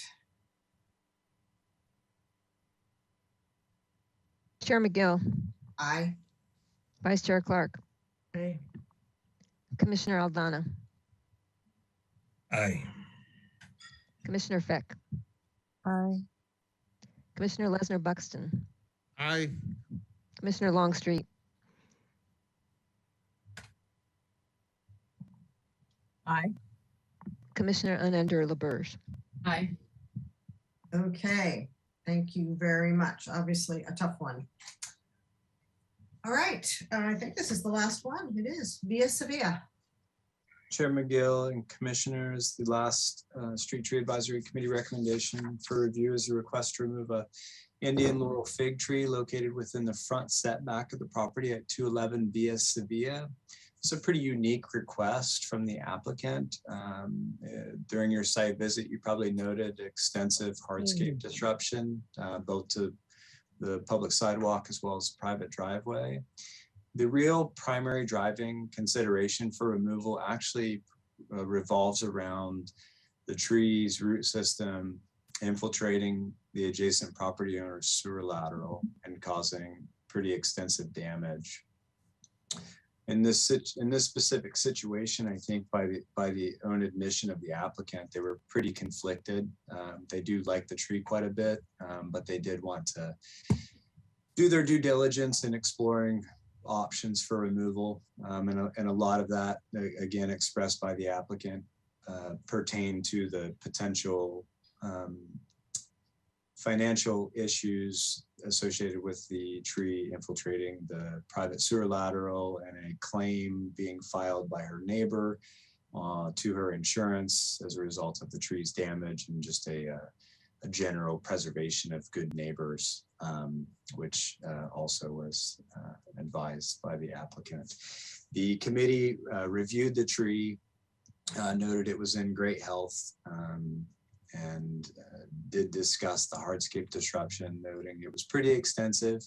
One thing that we do know about Indian laurel figs, though, is they're extremely tolerant of root pruning, and that there did appear to be options for mitigation of the existing hardscape disruption without causing long-term detrimental damage to the tree. Again, there was quite a bit of discussion back and forth with the applicant in regards to the motivations for removal, as well as motivations for potential retention. And that's where the conversation really kind of expanded, and we learned quite a bit about why the applicant was requesting the tree. And again, by her own admission, was pretty conflicted about the request. And the committee, again, noted its good health, its benefit to the street, and ultimately, after review, made a determination that no findings satisfied this request, and made a recommendation to deny the request for removal of the Indian laurel fig at 211 Via Sevilla. So the written says without prejudice, is that correct? Oh yes, that's twice I've done that. My apologies. So it was a denial without prejudice. Thank you. Okay, great, thank you. Okay, does anybody have any questions for Mr. Slack?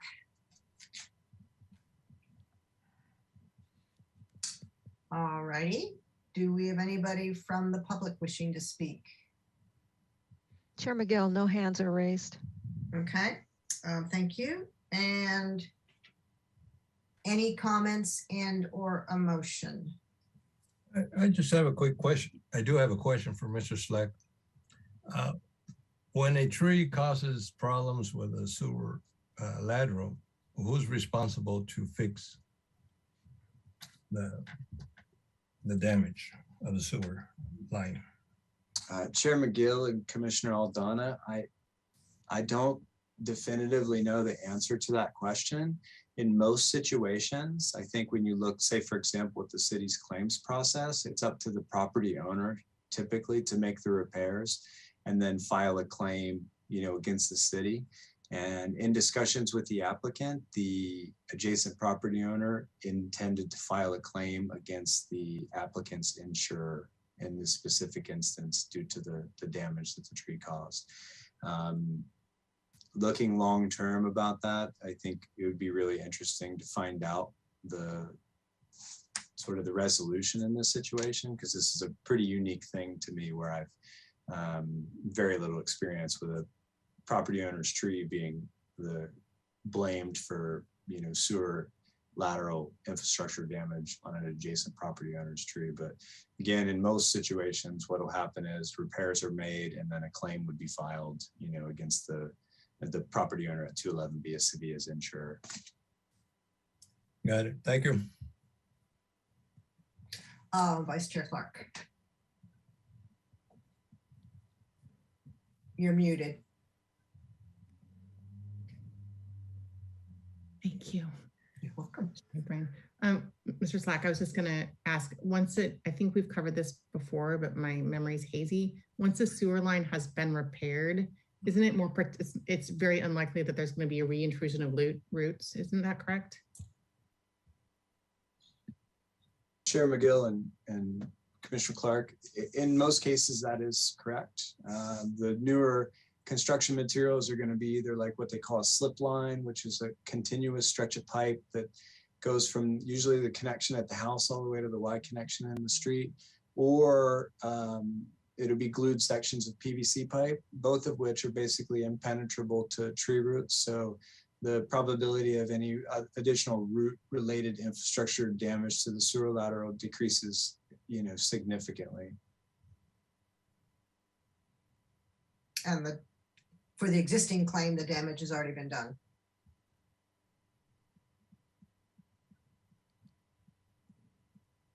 All right. If there is no other further discussion or questions, is anybody prepared to make a motion? Vice Chair Clark, you still have your hand up. Is that? It's newly raised. Newly raised. Okay. All right. I'm prepared to make a motion to agree with the Street Tree Advisory Committee recommendation to deny removal of the Indian laurel fig at 211 via Sevilla. Without prejudice. Yeah, the recommendation was without prejudice. Okay. Yeah. I'll second. Okay. Commissioner Longstreet, seconds. Any further discussion?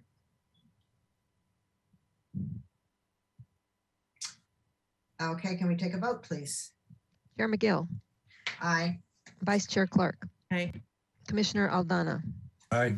Commissioner Feck. Aye. Commissioner Lesnar Buxton. Aye. Commissioner Longstreet. Yes. Commissioner Unender LaBerge. Aye. Okay, so moved. I think that takes us out of the trees. Thank you very much, Mr. Slack.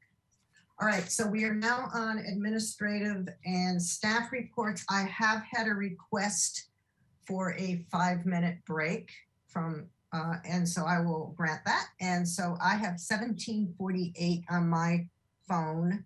So why don't we get back together at 17:55 sharp, and we will finish up. And just for the avoidance of doubt, we will be continuing to record. Is that not correct?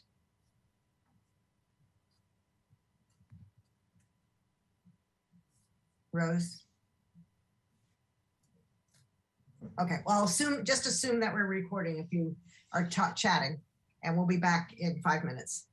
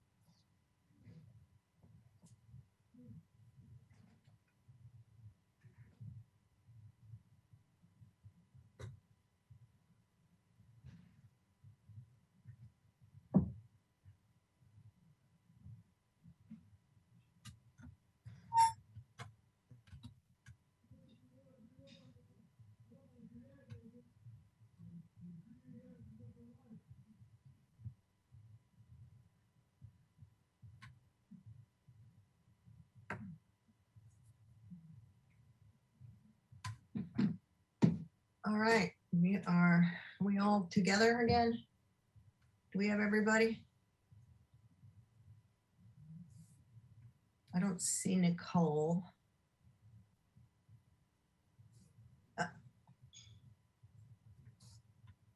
It looks like we're waiting for Commissioner Feck. Okay. I don't see Jacob either. I just see his table. Right. Mm-hmm. Okay, well, we still have a minute before.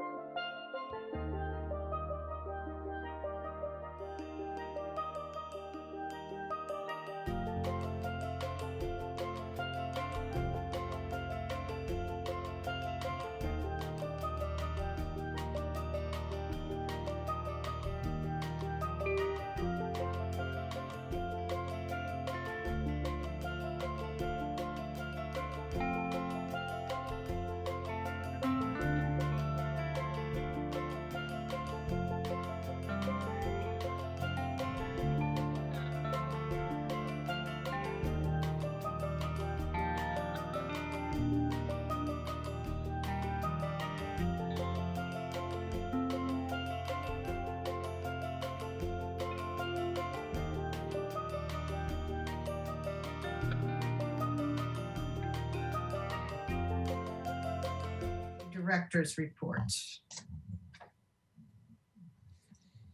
Yes. So I have two items that I'd like to share with you this afternoon.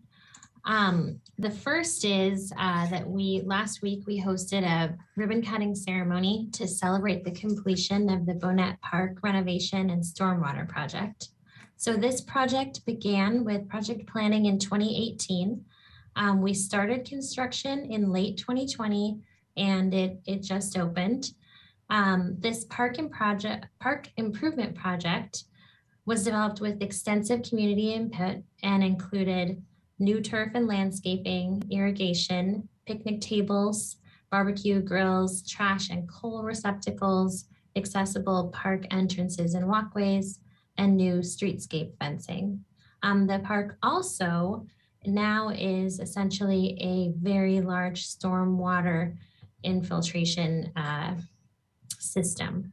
So underneath the large grass field, there are huge gravel-filled chambers that'll capture, treat, and infiltrate stormwater runoff from the neighborhood surrounding Bonnet Park. The water will either slowly infiltrate into the ground to help or make its way into Old Mission Creek, both of which are doing great for the environment in that area. And I'd also like to tell you about the Oak Park dance floor renovation. So we began a project this month to renovate the Oak Park dance floor. The floor is currently closed and it will reopen in early April. We're very fortunate to have this dance floor in Oak Park. It was originally built for a gala in Goleta and was moved to Oak Park in 1941. And it's used extensively all year round and throughout the week for a variety of dance and fitness programs in the park. At 96 years old, it's time for kind of a major restoration. So this project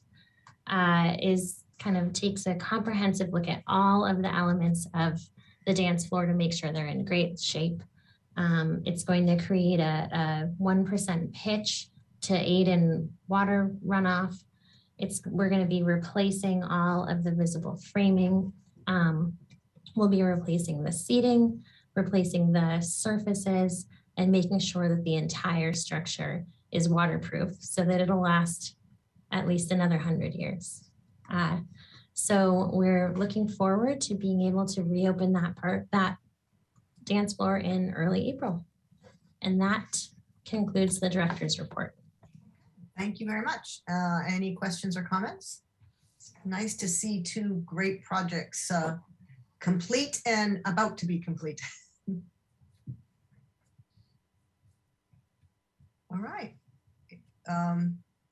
With that, we will move on to the tennis and pickleball program report. Chair McGill and Commissioners, Rich Hanna, Recreation Manager. I'm happy to be here tonight to provide you with a tennis and pickleball program report. Next slide. So just as an overview of how I'll walk through the presentation tonight, I wanted to provide some background to the history of the tennis and pickleball programming, talk specifically about those programming elements. Wanted to talk a little bit about pandemic trends, what we experienced both during the pandemic and then post-pandemic. Wanted to also cover a little bit about facility management, how we manage primarily the municipal tennis facility. Provide you with some budget and financial information. And then as part of your packet, you do have a staff recommendation that I'll review with you at the end of the presentation, and then I'll be available for any questions. Next slide, please. So just by way of background, as a department, we're good stewards, as you've heard, of all of our public facilities, but we are charged with operating and scheduling and maintaining public tennis and pickleball facilities. We have those at the Municipal Tennis Center, located on Coast Village Road, or Old Coast Village Highway. We've got courts at Oak Park, and then we also, through a joint use agreement with Santa Barbara City College, we share in the operation of the tennis courts at Pershing Park. And as a department, through all of our programming, our goal is to provide a combination of free and fee-based programming for all ages, and also host tournaments as special events when they're warranted. Next slide, please.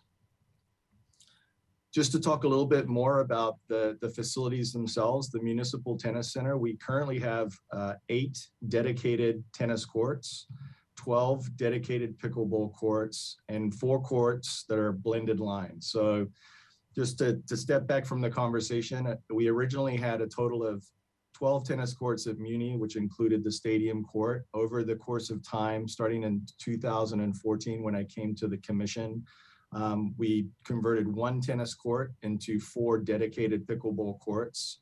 Over the course of increased play and a higher need for more courts, we've converted 2 additional tennis courts at the Municipal Tennis Center.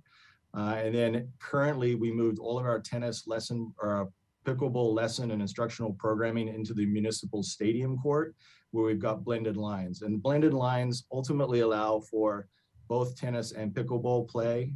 We do not take the net down, so it's still a dedicated tennis facility, but we can bring in temporary pickleball nets so we can conduct lesson programming at that location. Also at the Municipal Tennis Center, we have 2 lighted tennis courts, which we're always looking to expand. At Oak Park, we recently went in and renovated the court resurfaces there. And in doing so, we added 2 blended courts to that location as well. That is free, so people can show up there and play tennis and or pickleball at that location. And then, as I mentioned before, the agreement with Santa Barbara City College, there's 8 tennis courts at that current location. They're proposing a resurfacing project at the end of May or early June. And their goal is to at least implement a minimum of 2, maybe even 4 blended line courts at that location. And all courts there are lighted. We currently do not monitor or charge any fees at the Oak Park or Pershing Park locations, just at the Municipal Tennis Center. Next slide, please. So just by way of introduction, I think we're all familiar with typical tennis play. Next slide, please. So I just wanted to talk a little bit about tennis programming and participation. The fee-based programs that we offer. So permit play, we have a daily permit, and we also issue annual permits for play, primarily at the municipal tennis facility. The numbers in parentheses reflect the number of annual sales that we do, and this is current for the current fiscal year. We also offer youth camps, which are fee-based, and we serve over 240 participants in our swim and tennis camps. We offer a host and a myriad of youth and adult tennis clinics. We host, in partnership with the Santa Barbara Tennis Patrons, 7 tournaments at the municipal facility, and we also facilitate 326 court rentals, which could be either a tennis pro requesting to reserve a court to teach private lessons, or in some cases, we work with local, private, and even public high schools that do not have tennis facilities to operate their tennis programs at the Municipal Tennis Center. And then additionally, we have free recreational play at Oak Park and Pershing Parks, and we do not charge any fees for any tennis permitted play, whether it's daily or drop-in, for anybody under the age of 18. Next slide, please.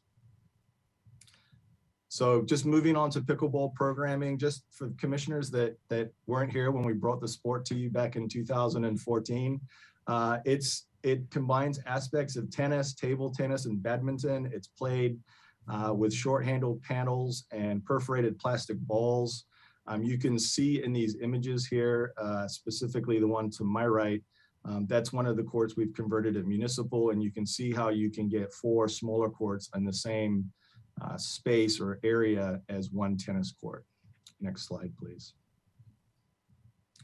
So moving into pickleball programming and participation trends for our fee-based program, again, you can see that daily permits and how many we've sold, the annual permit passes, our adult clinics, which have gained extreme popularity, both pre, post, or pre, during, and post-pandemic. And then we also offer pickleball leagues. We have currently 1 pickleball tournament that's offered each year, and we usually receive 16 court rentals for private instruction and additional pickleball play. We also offer free recreational play at Oak Park and Pershing Parks, both in the blended line systems. And of course, Pershing Park can offer lighted play at night, which we cannot currently do at the Municipal Tennis Center. Next slide, please.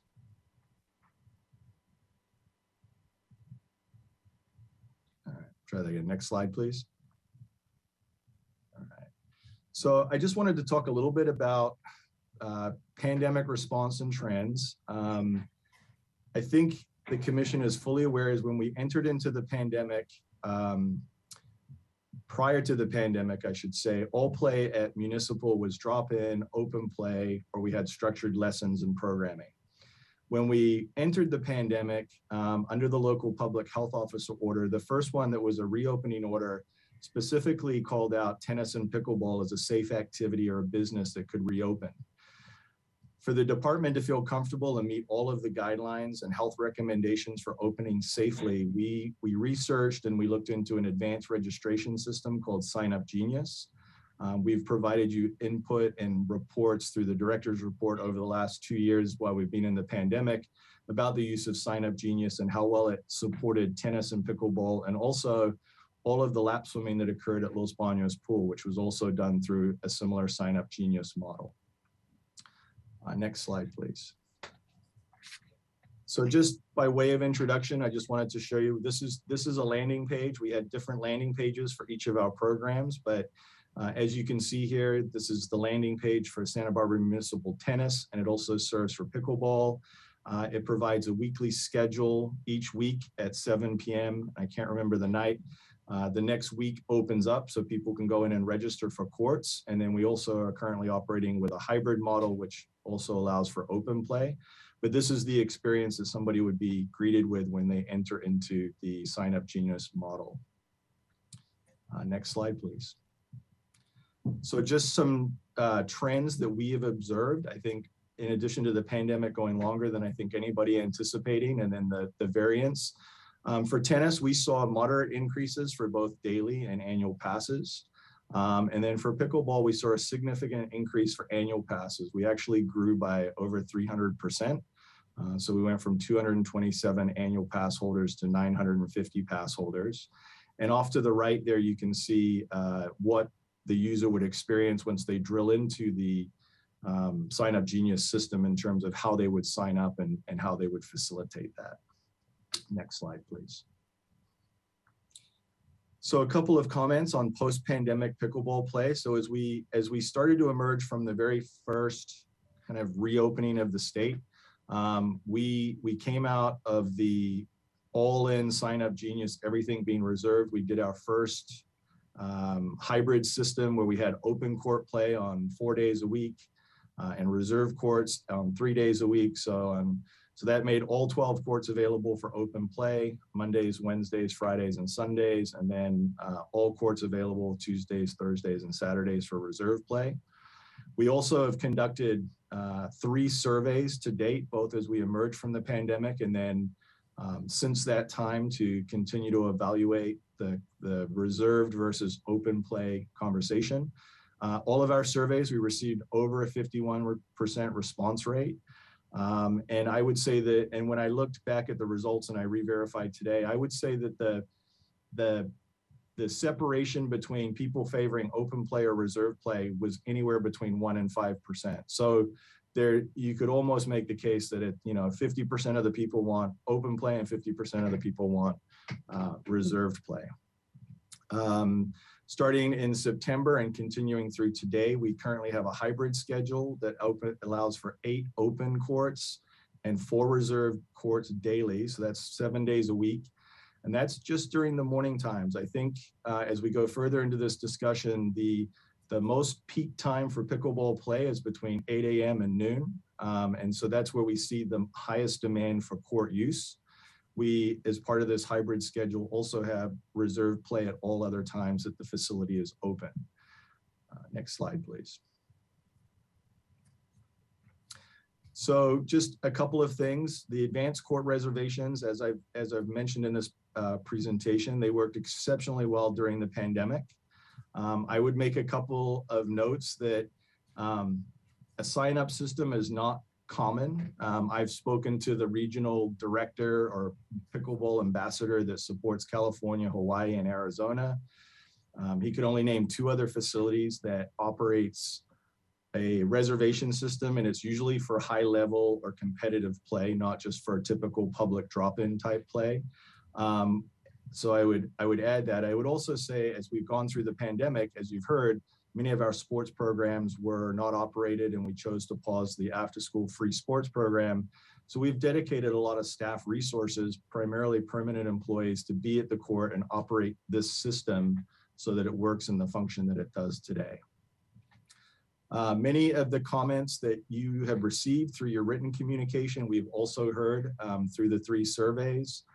We acknowledge that the reserve system makes it more comfortable for people that may not be maybe intimidated by the open model play.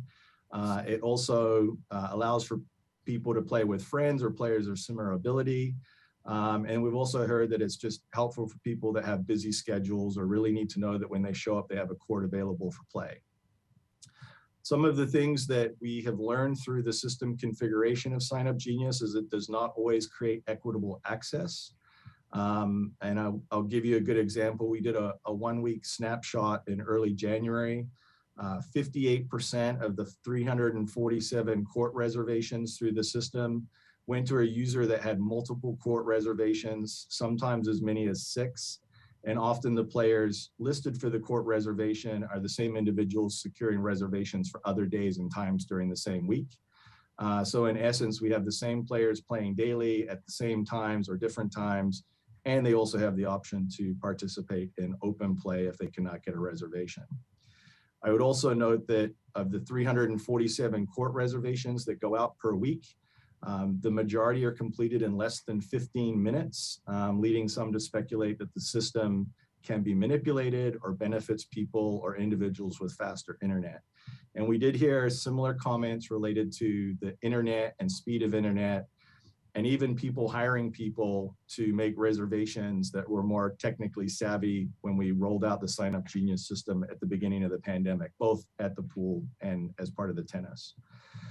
And then lastly, as I mentioned, the system was implemented at a time that we had the staff resources to dedicate to support it. As we gear up to transition into fiscal year 23, which would start July 1st, we have the adult sport leagues coming back. We have all of our youth programming come back.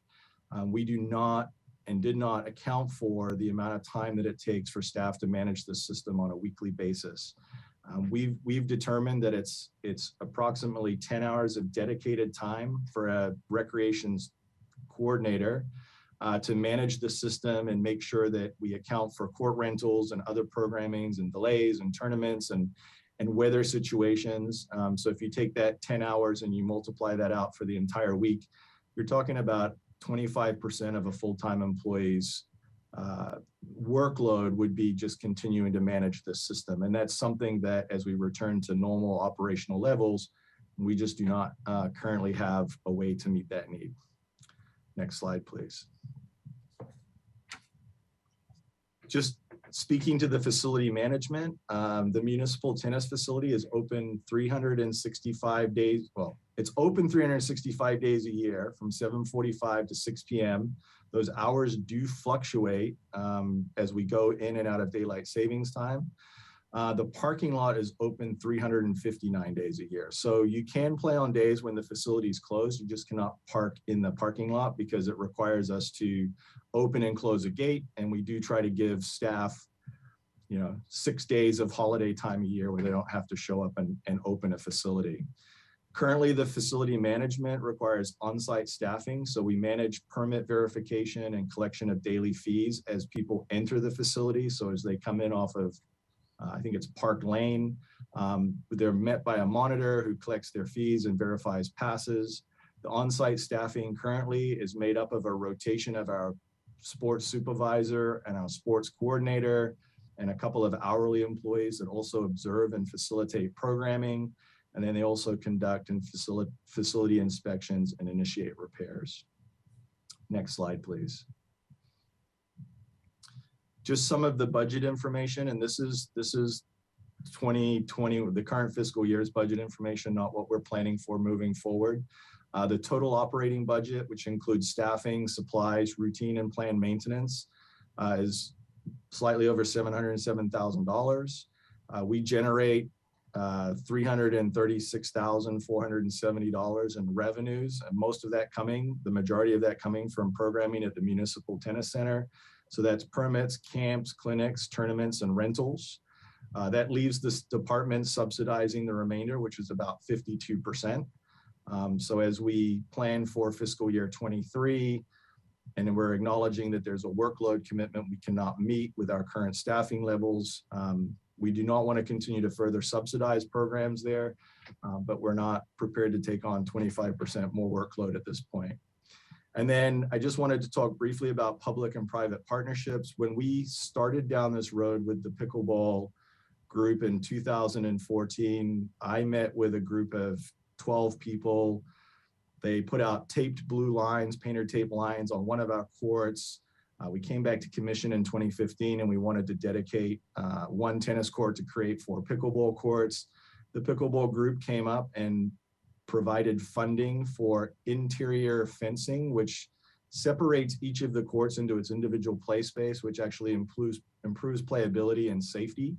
And they've done that several times. To date, they've provided somewhere to the tune of about $20,000 in facility improvements that benefit the pickleball programs. And the department has spent, I believe, over $80,000 in converting tennis courts to pickleball courts, and then a recent resurfacing project for all 12 courts at the Municipal Tennis Center. So there has been a very productive public-private partnership, but many of the fees we collect go to the ongoing maintenance and upkeep of our facilities. Next slide, please. So the commission has a recommendation before you today, and that is that the commission concur with the staff recommendation to return to the open play model for pickleball in conjunction with the 2022-23 annual pass renewal process, which begins July 1, 2022. And I would say that part of the timing related to this recommendation is we've already moved the goalposts twice within the current fiscal year, and we want to be transparent. So as we enter the new fiscal year, that people who are purchasing passes know what they should expect, both of staff and the type of play that we'll be hosting out at the Municipal Tennis Center. Next slide, please. And with that, that concludes my presentation. I'm sure there's questions, so I'm happy to be available to answer those questions. Thank you. Okay, thanks, Mr. Hanna. So I'm starting to see raised hands. So I would like to request that we stick just to questions right now. Judging by the number of letters we've gotten, I suspect there's going to be some public comment. So I'd like to take questions only, then we'll open it up for public comment, and then we will come back after that for comments on the and action on the recommendation. And I will start with the first raised hand I see, which is Vice Chair Clark. Thank you. Thank you, Mr. Hanna. My question is in reference to the data you collected from the surveys that you sent out, asking whether people wanted open versus a reserve system. You stated that it was about 50% of the people wanted open and 50% wanted reservations. Is there a way to look at that survey data and say how many people wanted the hybrid model?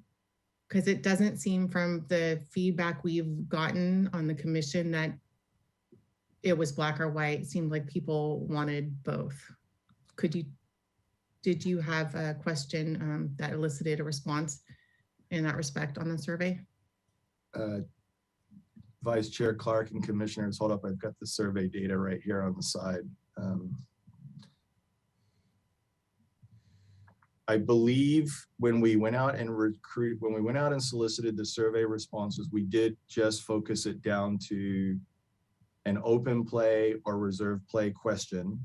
And as we fine-tuned it, because it was about 50-50, we opted for the hybrid system that's currently in place, which is 8 courts that are open play and 4 that are reserved during the peak morning hours, which is what we were trying to target. And that's easier from an administration standpoint because there's entry into 1 tennis court or 4 pickleball courts is controlled at the gate. And if we had gone with a 6 and 6 model, it would have been harder for people to interpret as they were arriving at the courts. So that's how we ended up with the current 8 and 4 model.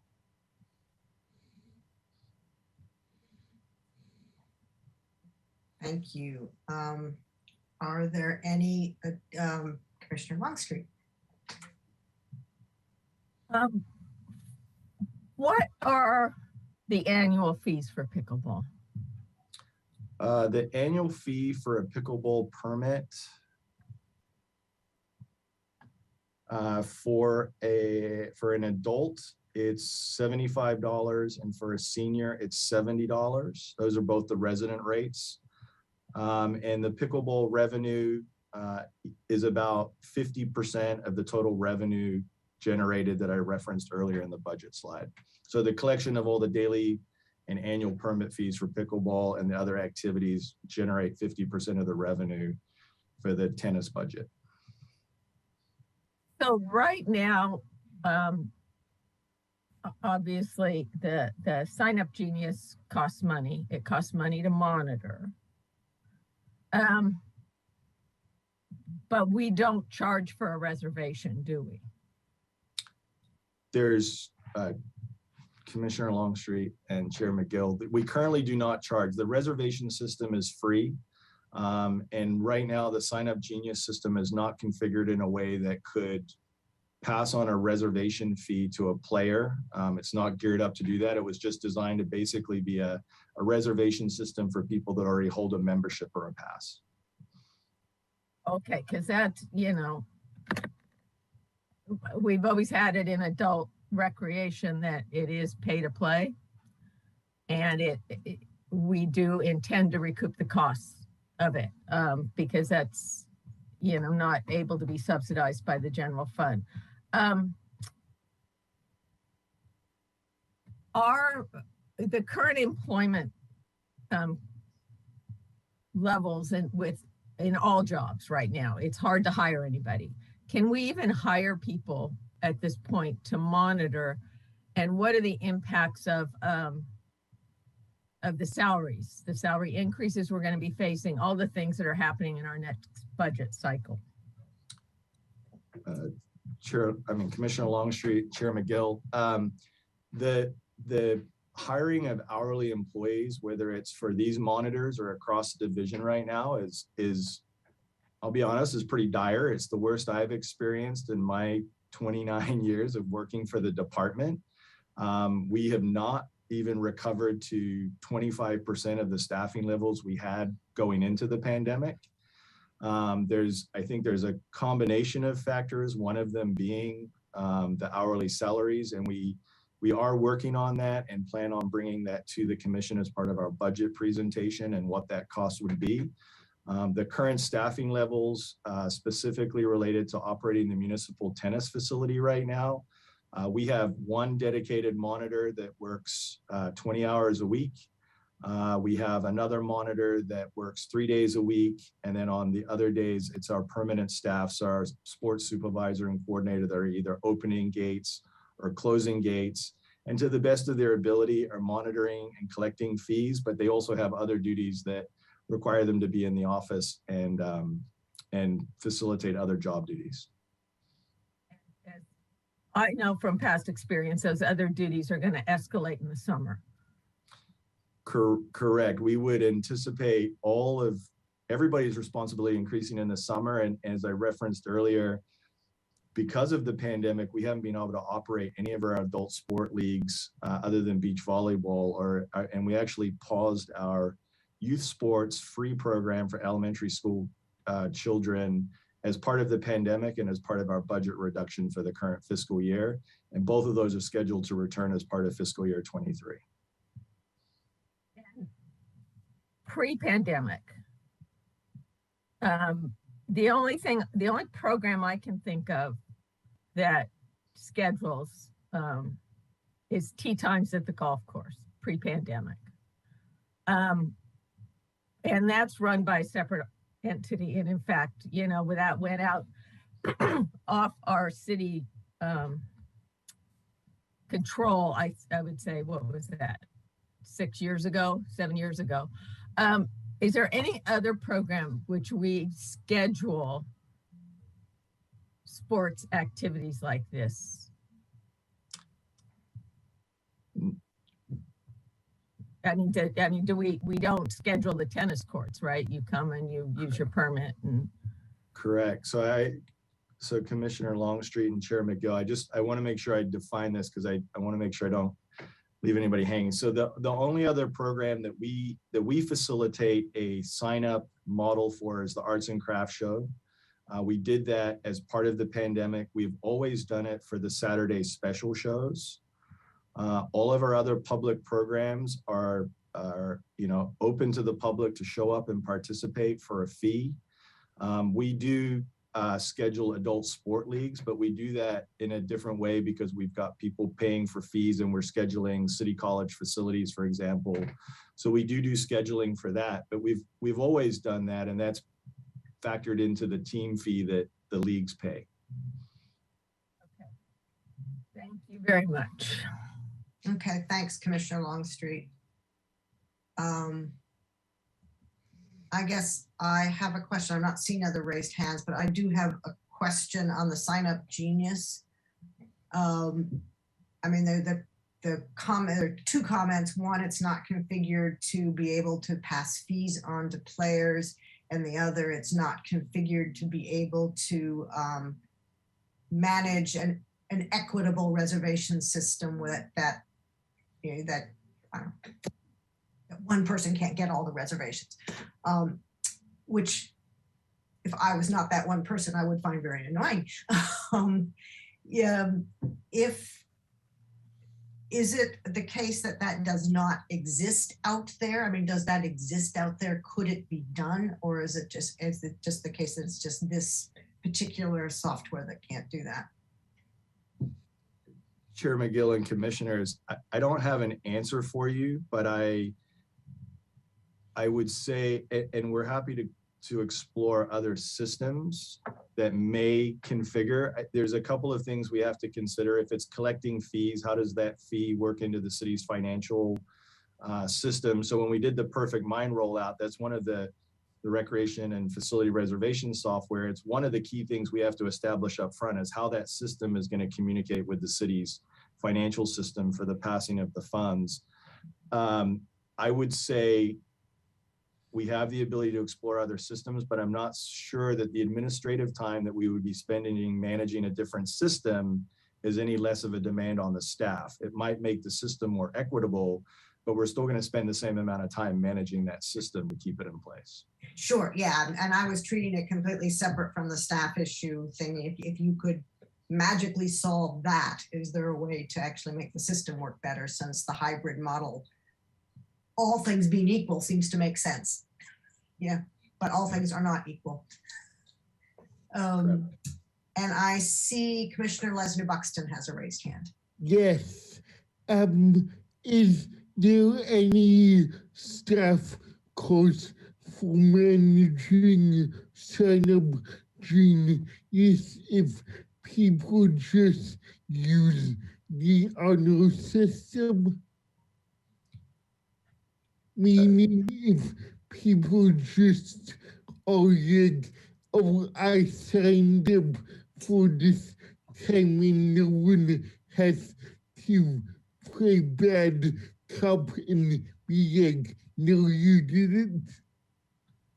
So I Commissioner Buxton and Chair Miguel, I believe your question is could the system operate on an honor system that would allow people to register and then reduce the amount of staff time? My answer to that would be the way the current system operates today, no, because we're already having problems with, I would say, an honor system or people potentially exploiting the system. And at some level, if we wanted to increase enforcement on an honor system, then that would require more monitors to actually go to the court and then cross-reference who's showing up for those court hours. So I'm not sure that an honor system would work.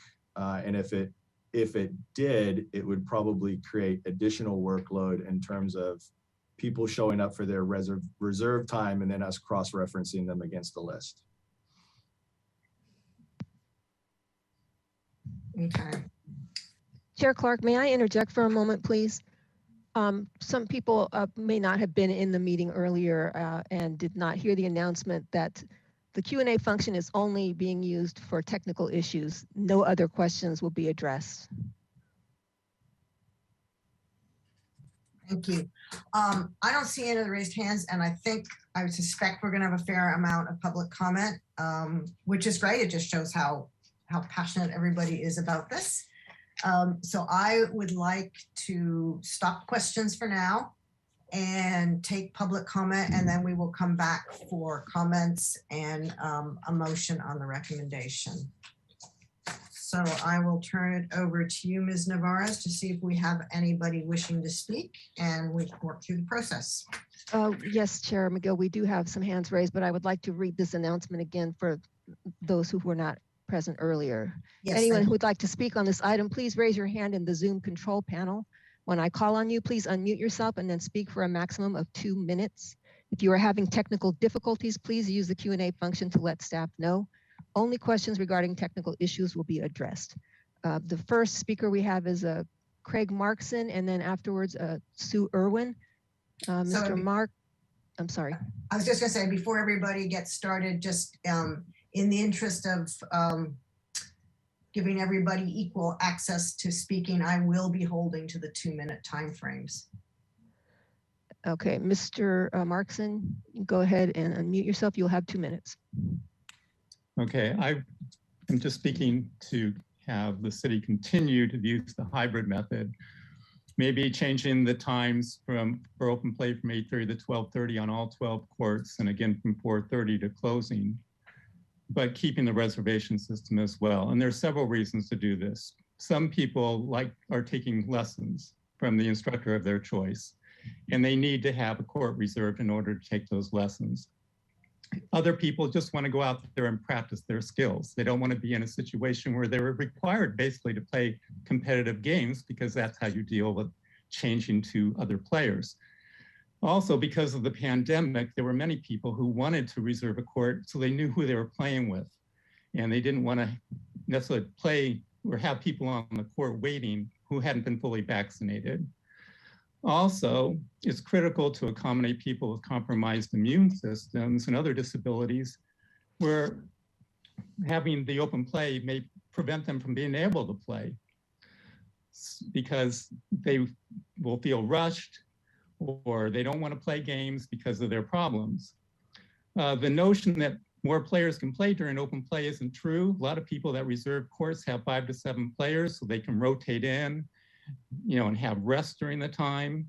And I just want to say I agree with what was stated in the commission report, which basically says the reservation system supports individuals interested in scheduling court time around their schedule and other commitments, wanting to play with players with the same ability, or who may not be comfortable with some of the social nuances associated with the open play model. That right there in the commission report pretty much summarizes almost everything. And that's all I wanted to say about it. I know it might be easier to have open play, but I don't think it's appropriate. Thank you. Okay, well, thank you very much. Okay, our next speaker will be Sue Irwin, and after that, Richard Salzberg. Ms. Irwin, you can go ahead and unmute yourself. Thank you very much, Chair McGill and commissioners. I would thank very much Rick Hanna for coming up with the idea of going back to open play. And I do also support a hybrid model in the afternoons only. The morning play is so busy and it's really difficult being on a court with 8 people waiting, or 6 or 8 people waiting on the court and 4 people playing and looking over and seeing 4 courts where there's 4 people per court. It's just very difficult in the morning. In the afternoon, it becomes much less busy, and I think the reservations would work on some of the courts, but we also need open play all afternoon for people who drop by from out of town, for someone who happens to have some free time from work. It just seems like we do need to accommodate everyone, but mornings are really the biggest problem. I would like to mention that all the morning courts are gone with less than a minute. So maybe 15 minutes for all the court, but less than a minute. So you have a very slim chance of getting a morning court. A lot of people who wanted the reservation system in the questionnaires had never tried open play. They started with COVID. So I think they would find that the afternoons they could almost always find a court for themselves. And I believe that is pretty much all I had to add. And I would like to thank Craig for his comments as well. Thank you. Okay, well, thank you, Ms. Irwin.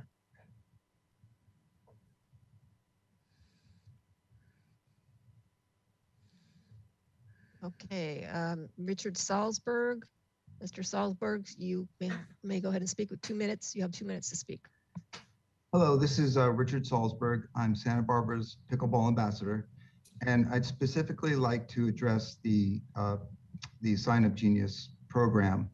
I think that Ratan has already noted that the system cannot be configured to restrict the number of reservations per player per week, and many of these same players are taking advantage of the reservation system by reserving multiple times during the week while also playing with friends during the reserve times and then participating in open play. On top of that, something's come to light that the system has been hacked, so to speak. People are using bots or other automated software programs that are pre-programmed to get the courts at exactly 7 p.m. This can be evidenced by going into the Sign Up Genius at 7 p.m. and seeing names that are there already. These names can be changed. The people or whoever is programming it can use other people's names. So it'd be a very difficult system to monitor. My recommendation after playing pickleball and being the ambassador now for 7.5 years, I would totally recommend that we go back to the open play format and that we do so beginning March 17th, daylight savings time, not allow people to misuse and abuse the Sign Up Genius system, whether they're using bots or whether they're using groups of people that are from the same teams trying to sign up for the same courts at the very same time, or whatever methods they're using. It's just unfair and inequitable for a group that has almost 1,000 participants. Those 4 courts hold 16 people. And so getting one of those courts is like hitting the lottery. And it seems like many of the same people are winning the lottery. Thanks very much for your time. Thank you, Mr. Salzberg.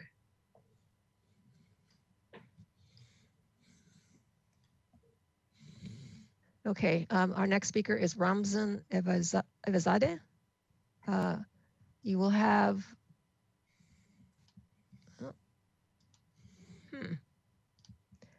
I don't know what's going on here. It's wanting to promote them to panelists, which is not what we want to do. Mr.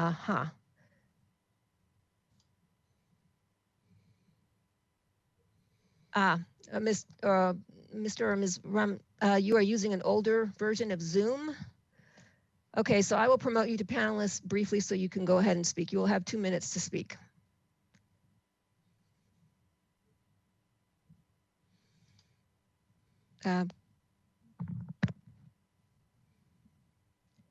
Sorry, now I'm having trouble finding him in the,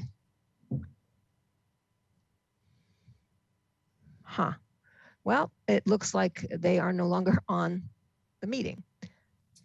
So we will go to our next person here. Rich, Rich, I will need your last name for the record. I'm Rich Valdez. Valdez, okay, you'll have 2 minutes to speak. Thank you. Hello there. Thank you for correcting it. I didn't know what's going on. I'm just.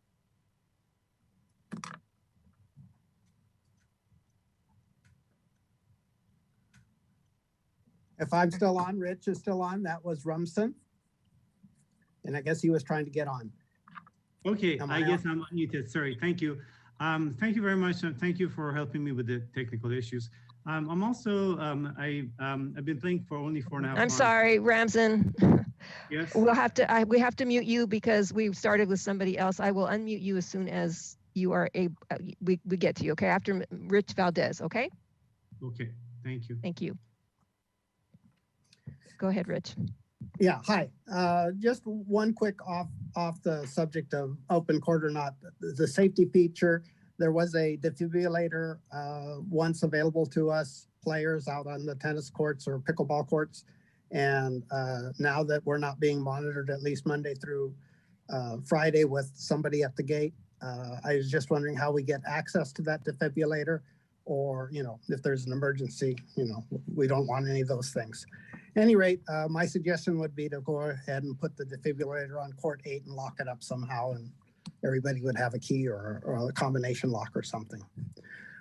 The other thing that is bothering me right now is that because of the annual enrollment that we are paying a fee now, and the gate hasn't been monitored, I'm going to say for about a month. And so there's a lot of freebie players coming on from, you know, wherever they're vacationing from. Santa Barbara is a great vacation town. And so, you know, it's made the courts, I believe, more congested than, excuse me, than ever. And, you know, I just wondering how we're going to resolve that as an issue. The other thing on open courts, I am 100% with Richard, our ambassador. We need to play, have open courts. I don't see how that takes time from anybody. If you line up your paddles, you just get in line and you're the next players on once the game closes on the court. So it does move facilities along much faster. I've played in a multitude of venues across California and Nevada, and the open court system has always worked very, very well and very equitably. Any rate, thanks for your time, and let the next speaker go. Okay, well, thank you very much. And can go. Hello, can you hear me? Yes. Okay, thank you very much, Commissioner. I am also very much in accordance with what Richard and the other gentleman was saying. I've been playing for 4.5 months and it's been a pleasure. However, and I'm also a very technical person, but I've tried to multiple times reserve the courts at 7:02 or 7:03, and all the courts were all taken. So that's impossible humanly. So definitely there's some sort of a rigging going on with the system. And I really appreciate you looking into the fact that maybe removing this reservation system, which is not working for most of the people, except a very select group of people who are using a system, probably a bus system that is using a lot of bus, for example, many graphic cards during the pandemics from Alden and selling them on eBay, for example. That's what they did. And just moving them to March 17 possibly, so people can have more equitable access to this open place, especially on Saturday and Sunday. It's unbelievable. There are like 8 people waiting in a course where some people were actually using their robots, 1 person or 2 people bringing a robot practice machine where other people were waiting, 8 people on the courts just to get into a play. So that's just unfair advantage for those people. And some of these people are my friends. However, it's just not equitable to really have the system the way it is and just, or try to fix it if you're trying to keep it till July 1st and avoid this type of problem till then, because that's just 4 months all the way down the road and trying to basically make this game, beautiful game that is growing and growing rapidly, much more accessible to everyone. And since we all pay the same fee, should have equal access to the courts. Thank you very much, and appreciate you listening to my comments. And thank you very much.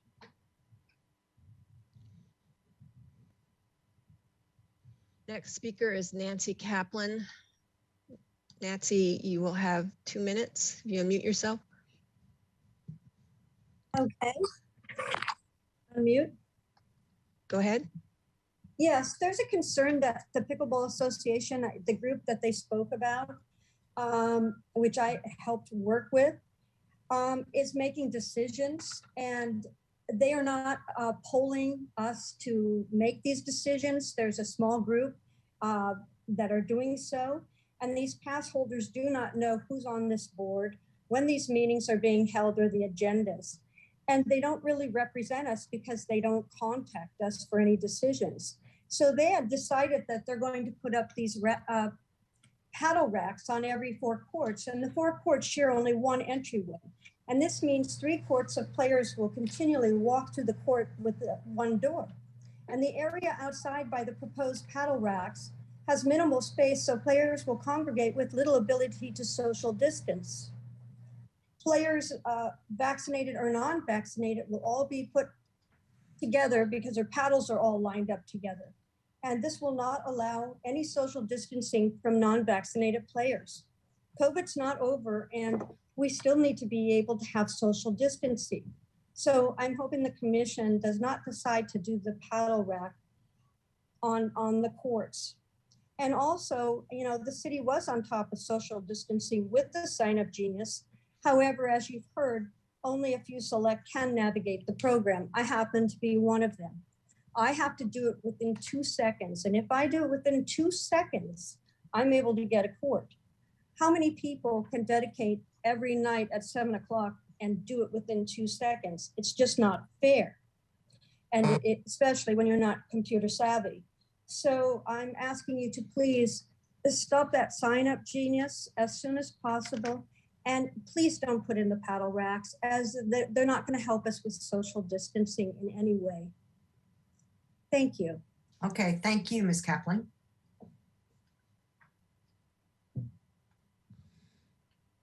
Our next speaker will be Toby Donner.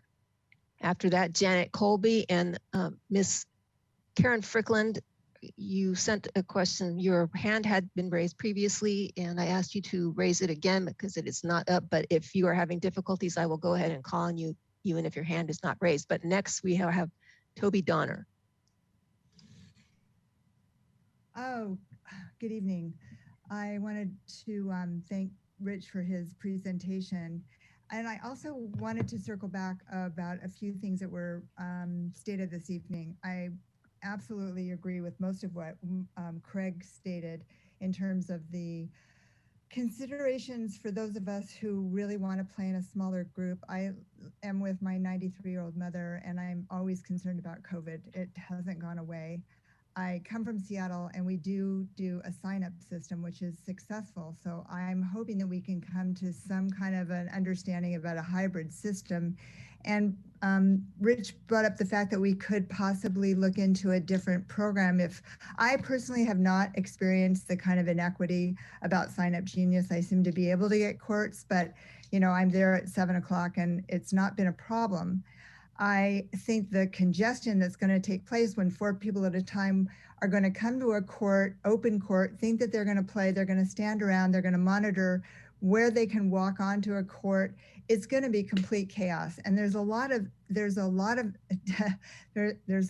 argumentation and conflict that is inbred in that kind of system. The parking lot is one thing, because it's going to be, we don't know if we can get on, but 4 of us are going to stand around hoping we can get on.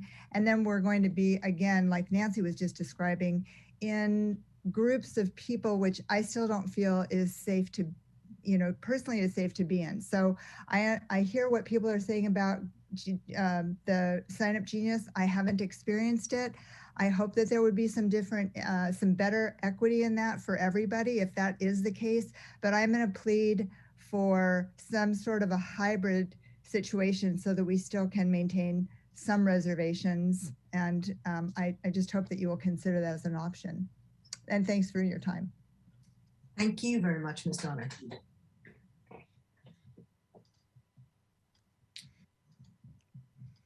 Okay, our next speaker is Janet Colby, and after that, Karen Frickland. And I do not see any other raised hands, so if anybody else would like to speak, please raise your hand now. Ms. Colby, you will have 2 minutes. Hello, good evening, commissioners. I hate public speaking, but I just had to speak. I'm new to Santa Barbara. I've been playing pickleball since September. I'm a newbie. I am one that does make reservations on Sign Up Genius in the afternoon. The afternoon is totally different than the morning reservations where there are only 4 courts. Yes, you have to be on at 7:01 if you want to get those courts. I do make my reservations in the afternoon. I take lessons and I take private lessons, and I only want to play with people at my level and my group. It's intimidating to go on a court and try to play when you're the one that can't play up to level. And I also want to do drills on the courts to practice my skills. Well, you can't do that on all open play. And I want to make a reservation so I can play with my coach. So that is really important to me. I really would like to see some sort of blended open play versus reservations.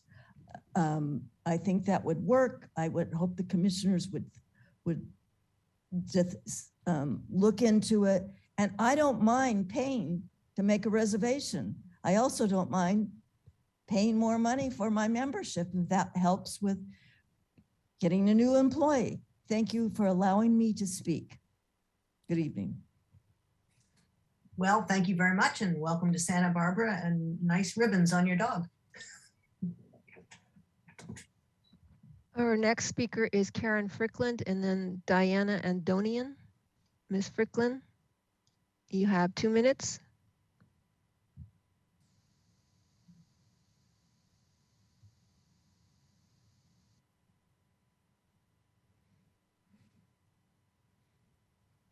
Ms. Frickland, you are muted. You need to unmute yourself. Thank you. There you go. Okay.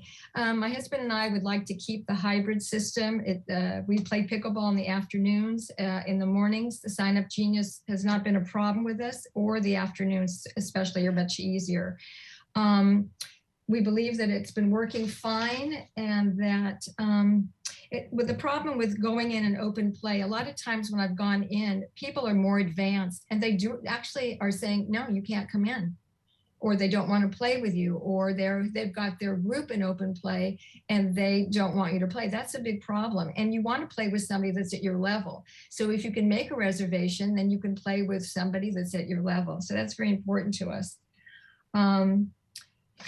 We'd like to know that we have a court because we're really very busy also, and we don't have time to sit around and watch people play and try to figure out who would play with us at our level.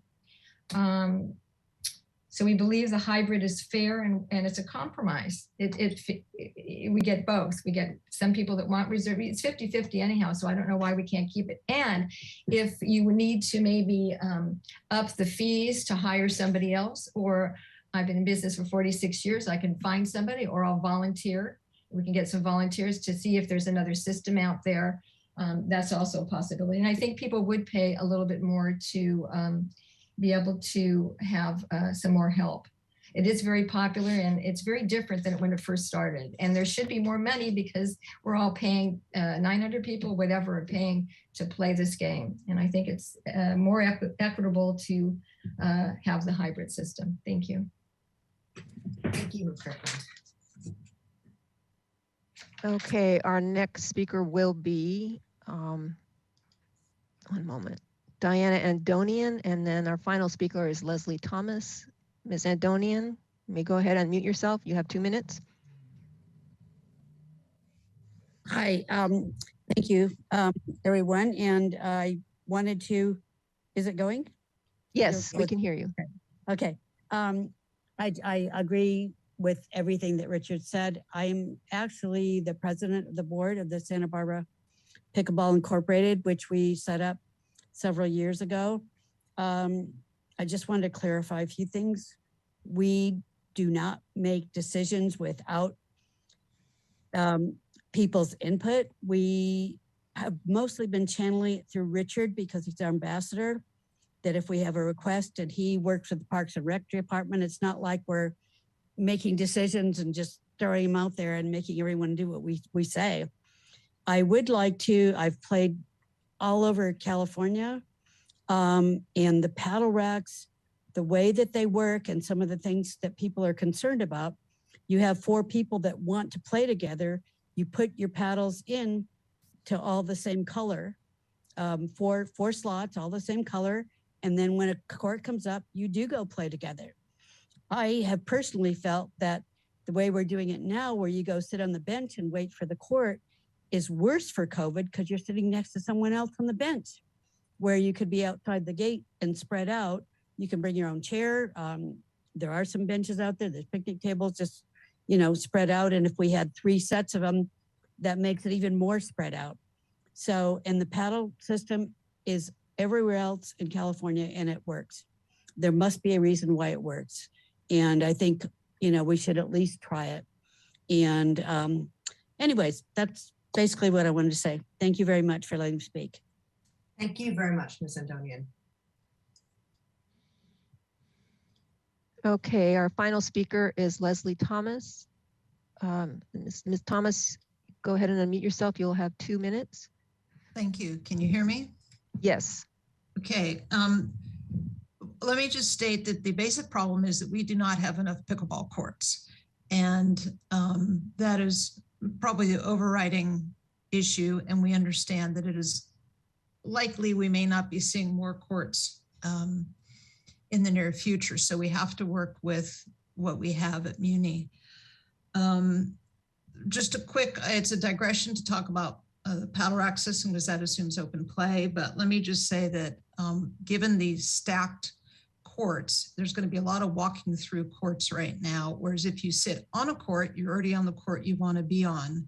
We have 6 courts in front, 6 courts in back, and there's going to be a lot of shuffling and interruptions. So in our particular layout, I am not convinced that paddle racks are the way to go, but I'm willing to be convinced on that. And having a lot of people stand outside instead of sitting on the court. So imagine instead of 2 people sitting on 8 courts, instead, with the paddle rack system, we would have those 16 people or more standing outside the court. So that isn't any healthier, quote unquote, or health conscious than having 2 people sitting on a bench. I'm one of those people who's been playing when it was all open play, and I never saw a problem with that, but I do understand that we have way more players now. And I just want to comment something Rich Hanna said. It is true that those surveys were issued. Most of the people had never experienced open play. It wasn't really described to them. So they were voting on something, with the result being 50-50 when I don't really think they understood what they were voting for. That's about it. I'm in favor of all open play, as are many of my cohorts, and I will end with that. All right, thank you so much. Okay. All right, we have absorbed a lot, And I think at this, and we have an action item at the end of this, yes, to concur or not with your recommendation. So I would like to open it up for comments, and I guess at some point we will need a motion to concur or not with the staff recommendation. And Commissioner Longstreet. Okay. I'm going to speak from a perspective of 25 years. So we have a fairly new commission, and over the past 2 years, we haven't really even dealt with very many of these types of issues.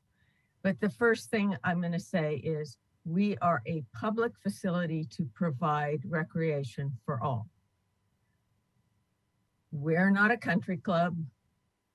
We're not here to limit people's play or in some cases, organize it. That's a team sport. This is a little different. So I'm going to always err on the side of opening it up for the most number of people.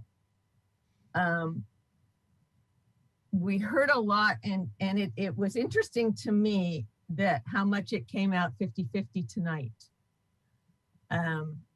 Pickleball is a sport that has grown, I think it's the last 5 years that it's really come to pass. So we have to balance it at our facilities with tennis because we do have active tennis players. So we have to balance the number of courts we produce.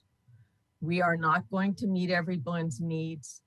The same way I look at it, I equate it a bit with a tennis club. There are people that'll play at Muni, and there are people that only will go to a private tennis club because they want different services. There are people that will play at Muni Golf Course, and there are people that will only play at La Cumbre Country Club. So lots of different levels, and we may not be able to accommodate all those levels. I heard a lot about, what I'm learning to do on a court and all of that. And I think Oak Park is a pretty underutilized facility. Yet I didn't hear anyone saying, when I need to practice or set up my, go with my group of friends, I go to Oak Park. It all's focused on Muni, and I have a feeling it's the social aspects of it that are, they're very important. But it may be that if you don't want to be exposed to so many people, you go to an underutilized facility. So there's some options there that came to my mind. I'm really concerned about raising fees.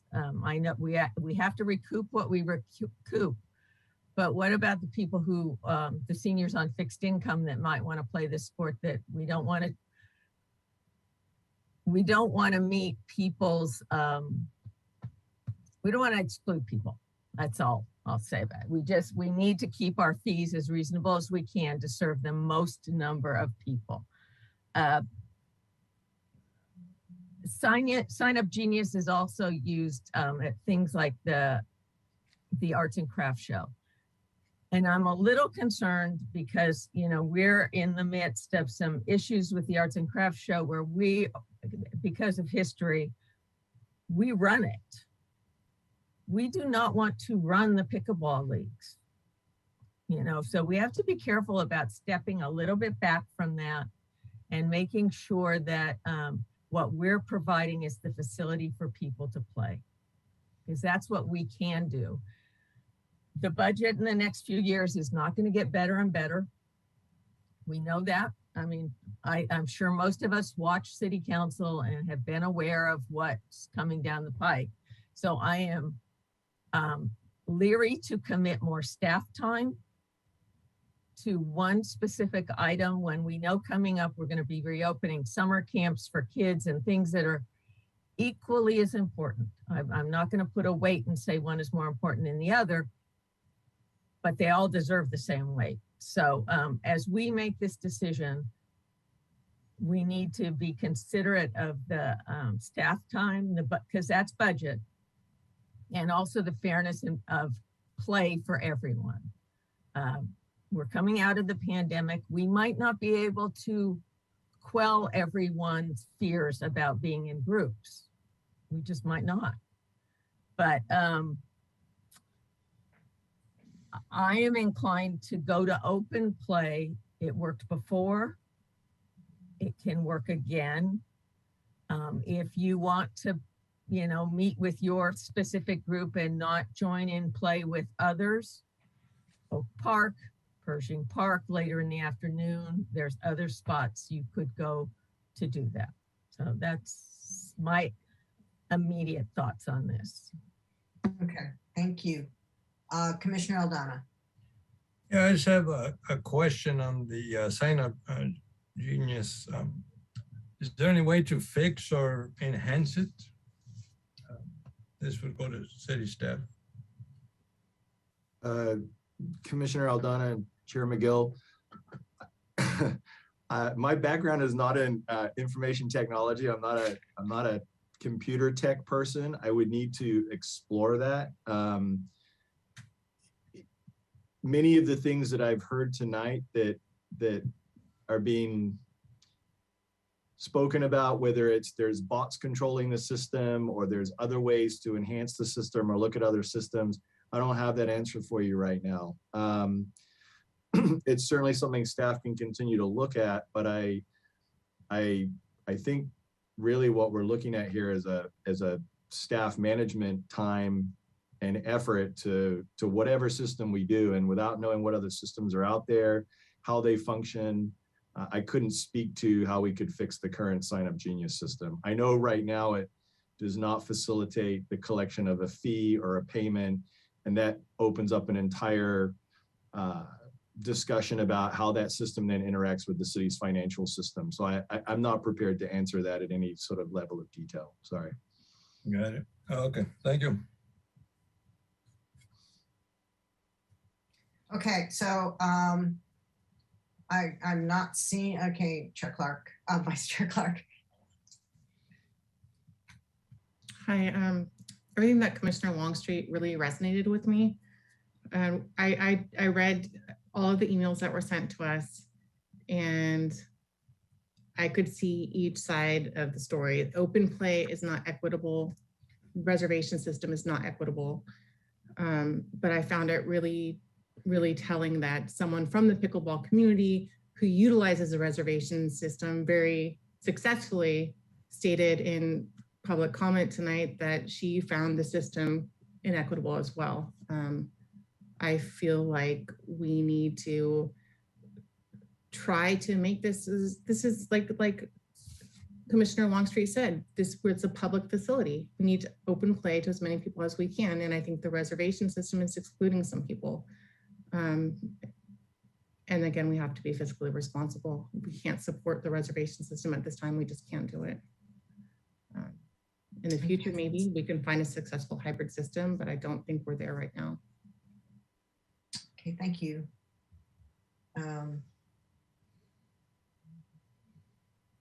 If anyone else wants to comment, this is the opportunity. I would like to, I guess I will comment that, you know, it's a really a tough one, because like I said before, all things being equal, it would be some kind of hybrid system part-time makes the most sense. It kind of speaks to everybody, but all things aren't equal, and we are about providing recreation opportunities for as many people as possible, and that's across all aspects of the community. And, you know, while it's easy to say, well, we'll just go find somebody and raise some fees to pay for that person, the reality is people aren't really there right now. And, you know, I've been through enough budget cycles with this commission to know that it's not going to get any easier in terms of funding. It's just been, you know, it's been increasingly difficult as we've gone forward. And it's, I think we're kidding ourselves if we think that we're going to be able to come up with extra funds to provide the kind of monitoring that's being asked about or requested. So I think at this point, I'm kind of in the, well, I think we need to go back to open play. I would certainly like to be able to explore hybrid down the road because I see the sense in that. And, but I don't think that's where we are now. Okay, so we've got, I'm not sure the order these hands went up in, but I see Commissioner Onander LeBerg, Lesnar Buxton, and Beck, and then that will have been everybody commenting. And once everybody has had a chance to comment, I will think it's time to take a motion. So, Robin, you first. Thank you. You know, I do appreciate this dilemma as you all do. I have a tendency to be a person that likes to control my life, my schedule, and sometimes I have tight windows. And so I can appreciate that there might be people out there that don't have that luxury of being able to wait, you know, for their time of when they can be invited to play. And so for them, it makes their life more manageable, less stressful in some ways, you know, if they can say, okay, I have an appointment and I know that that's when I'm going to be able to be there and get access. And I hear the fiscal issue, but I'm still not clear why we can't, if not every day, you know, if not the mornings, at least kind of try and accommodate, you know, people who might be like me that have young kids, and I can't just go park somewhere as much as I might love to and be like, you're on your own, kids. I might have a tight schedule that's the only time I can go. And yes, maybe there is Oak Park, but it's also, I think we need to take into consideration the audience that we're accommodating here and what the different needs are, you know, besides just, well, who can get on their phone the quickest and schedule these appointments or schedule these things. Zoom changed us, COVID changed us, and there's certain things that are never going to go back to the way that they were. So if there was any ability to find any funding to do any sort of hybrid model, even if it's not all week, you know, every single day, at least a couple days a week, to accommodate those users who are going to benefit most by being able to know that with certainty, this is when they're going to have access. And I would support that. Thank you. Thank you. Commissioner Lesnar Buxton, you are next. Thank you all.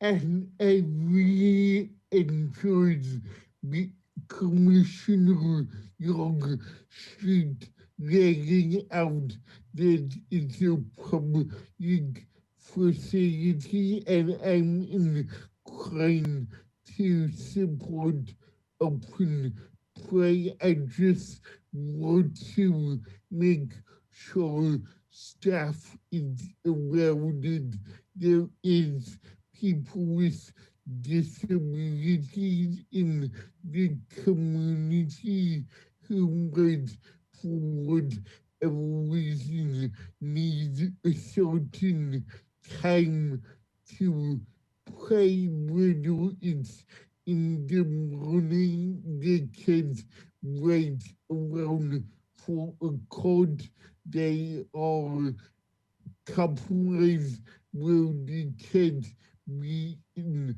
certain people with fragrances or sets, and I just hope that there's some way where people can call for accommodations, and maybe we can have like a system where people can request accommodation to get a cordon off for them. I know we don't have the money to do that system now, but I would encourage staff to look into that.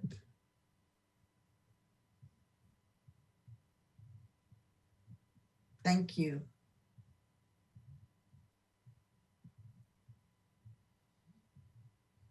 Chair McGill and commissioners, I think if I understand Commissioner Lesnar Buxton, pre-pandemic, regardless of Sign Up Genius, we still have the ability to rent courts for people that want to have instructional play. and or have needs that need to be addressed separately from just the open play model, that comes at a cost. So, you know, if you want to have a court that you rent with your coach, we can still facilitate that without the sign up genius. You just have to pay for that court rental, which may be in addition to having your annual permit. And then we've always worked with, you know, individuals in the community with disabilities that need accommodation, and we're set up to continue to facilitate that. We do not need a sign up genius system to do that. The sign up genius system was more to facilitate all levels of play through all open hours during the pandemic. So we can get back to still providing the court access that Mr. Lesnar Buxton was requesting. Okay, good, because that's a good and valid point. Well, Commissioner Feck had her hand raised and she's disappeared off my screen. Are you there? Chair McGill, it looks like Commissioner Feck has left the meeting. We are running quite over, so she may have had to leave. Okay. Commissioner Longstreet.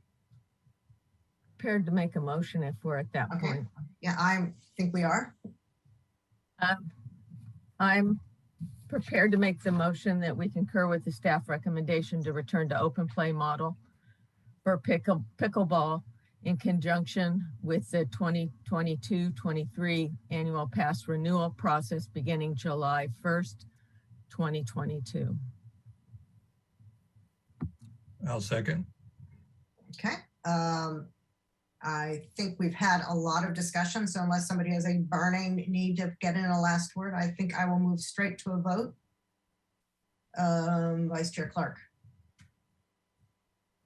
Just not a last word, but just a request that the 6 months after the change, we receive a report on how it's going. Yeah, I concur with that. Okay. Ms. Navarez, can we take a vote, please? Chair McGill. Aye. Vice Chair Clark. Aye. Commissioner Aldana. Aye. Commissioner Feck. Commissioner Lesnar Buxton. Aye. Commissioner Longstreet. Aye.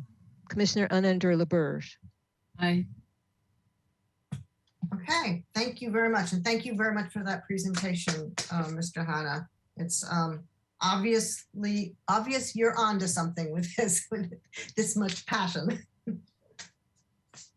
All right, and that takes us to our final administrative item, the annual performance metrics. Yes, thank you very much. I am happy to move through this relatively quickly. So next slide, please. So in this presentation, I'll give you a brief background and purpose for performance measurement in Santa Barbara and in our department, Parks and Recreation, some of the impacts we've had related to the pandemic, and a snapshot of our P3s over the course of the pandemic. Next slide, please. So as you all know, and you can see in this mission statement, Parks and Recreation is responsible for a huge array of facilities, programs, and services in the city of Santa Barbara. And we're really driven in everything we do to try to meet this mission to provide residents and visitors with diverse open space, parks, beaches, and community forest resources, creeks restoration and water quality enhancements, and to enrich people's lives through a broad array of recreation and community services. So next slide, please. We aim to meet our mission by working through 5 different divisions within the department: administration, creeks, golf, parks, and recreation. Next slide, please. So a little bit about performance measurements in Santa Barbara. In 2002, Santa Barbara developed a comprehensive performance management program, which has evolved into the city's P3 program. Programs like this are intended to complement the city's financial information. So financial information, financial statements, and budget documents will tell you the story of how much money the city spends, but they don't really tell you why that money was spent or what was achieved with the dollars spent. So P3s and other performance metric data is intended to tell you that story of how the community's money was used and what was accomplished with that. So in Santa Barbara, we use a wide variety of metrics, including project milestones and achievements, effectiveness and efficiency measures, customer satisfaction, and workload efforts. Next slide, please. And as will be no surprise to anyone, the pandemic has had a huge impact on Parks and Recreation's performance and operations. So you'll see that in our P3 program. It's impacted 3 budget cycles, fiscal years 20, 21, and continuing into this current fiscal year 2022. The Recreation Division, it has been the most impacted by pandemic operations. Many functions slowed or stopped, especially hard hit were facility rentals and special events. Also things like indoor sports and other close contact sports. Some areas excelled under pandemic restrictions as people saw things like golf, swimming, tennis, and pickleball as safe recreational activities to do during the pandemic. Next slide, please. So now I'm going to walk you through briefly sort of what we've seen in terms of our metrics and our operations by division over the course of the pandemic and kind of where we are now halfway through this fiscal year. So looking at recreation's overall picture, as I mentioned in that previous slide, some programs were able to operate under pandemic restrictions and were highly sought after. So this includes summer camps, which filled at a much higher rate than we targeted. Tennis and pickleball also having participation rates well above targets, and other programs. Oh, and unfortunately, food distribution also having large increases, which I think demonstrates the community, the many financial hardships that people have faced during the pandemic. On the other hand, we've had decreases in things like event reservations, sports field reservations, and also in youth leadership programs.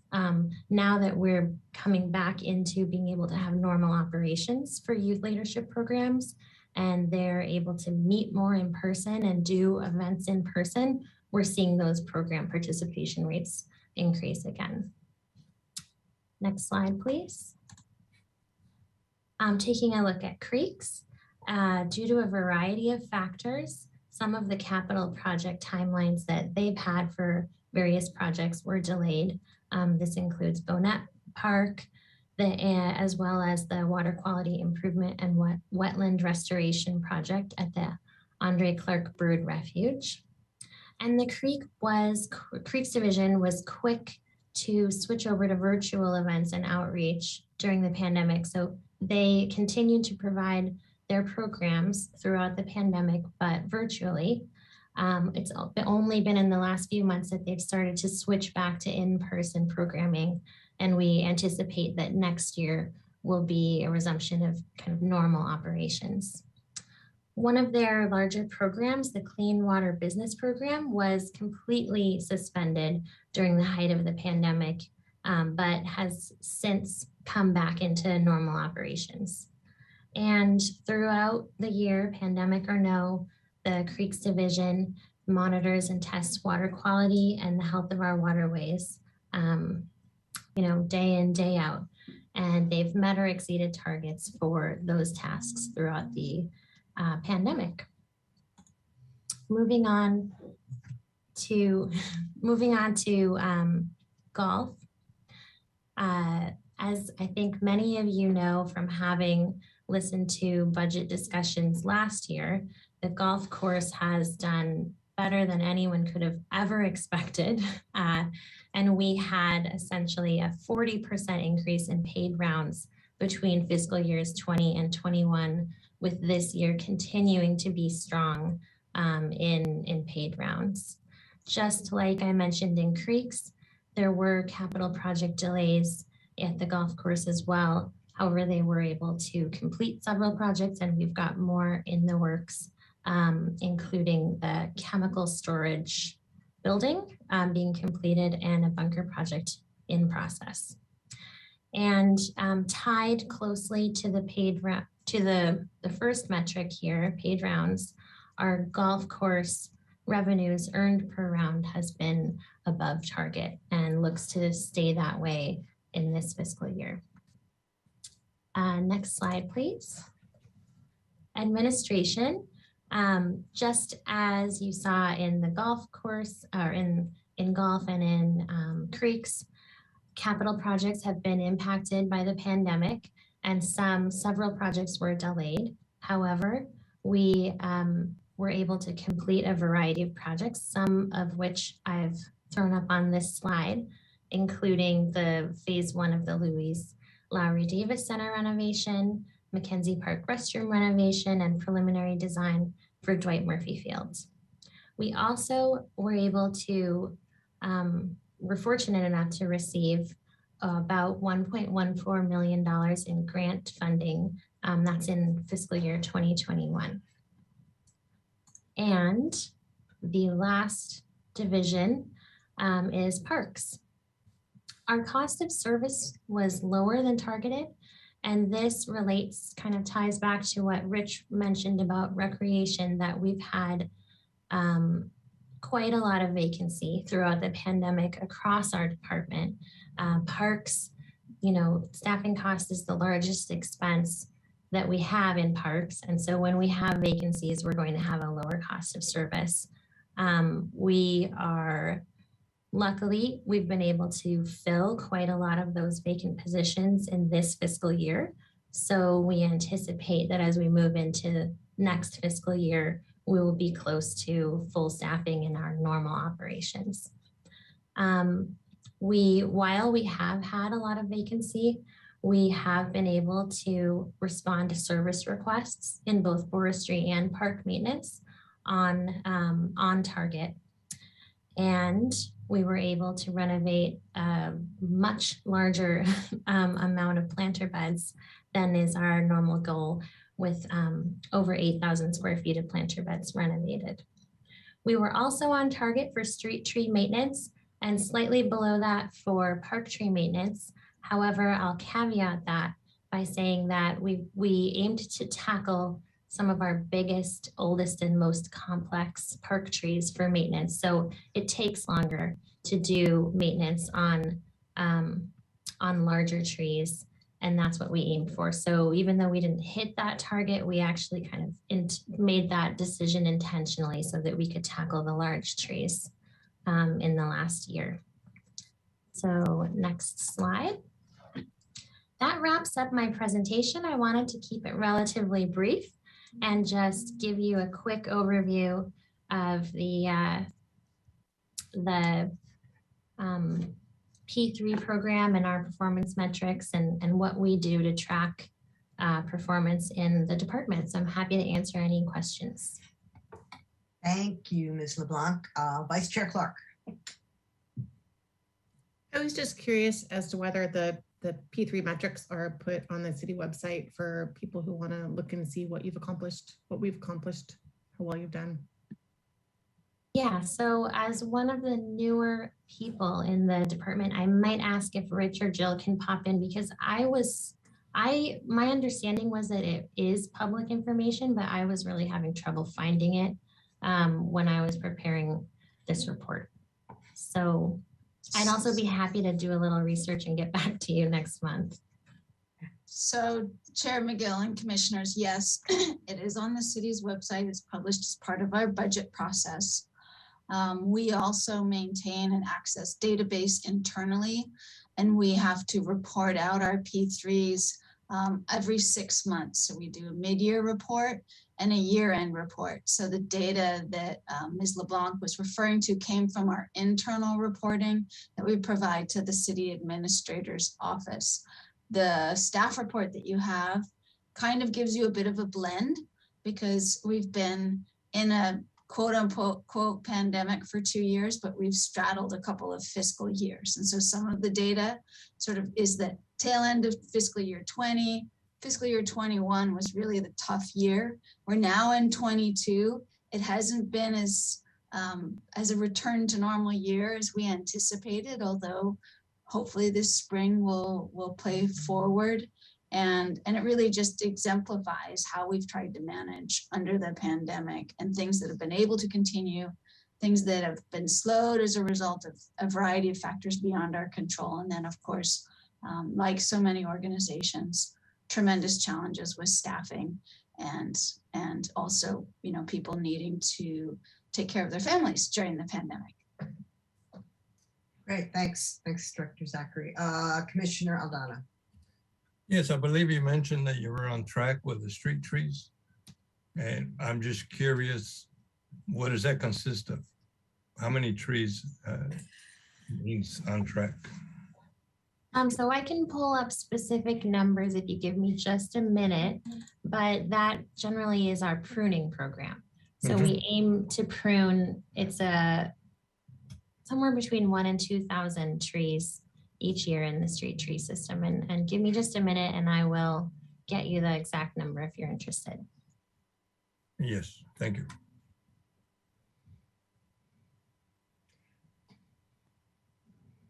So while Ms. LeBlanc is digging, are there any other questions or comments?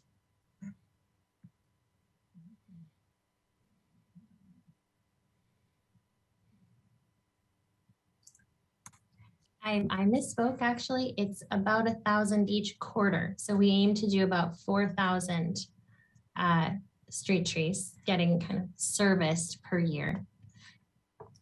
Okay, and you're on track to do that? We are. Okay, thank you. Okay, well, I'll just add that, you know, I've appreciated from the get-go and being on this commission, this P3 program. It's just, you know, it's the old, what gets measured gets done.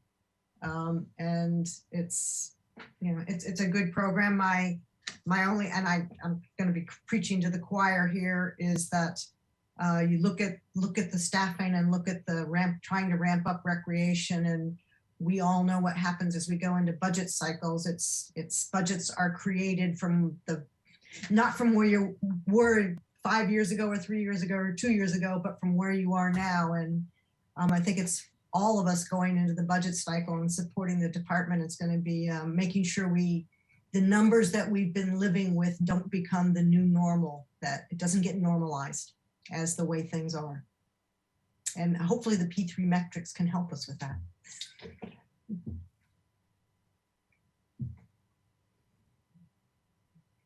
All right. Thank you. I think I'm going to take silence as done. And that takes us to old business. I do not believe we have any old business.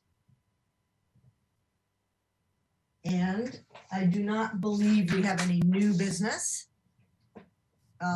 So we are, I believe we are done.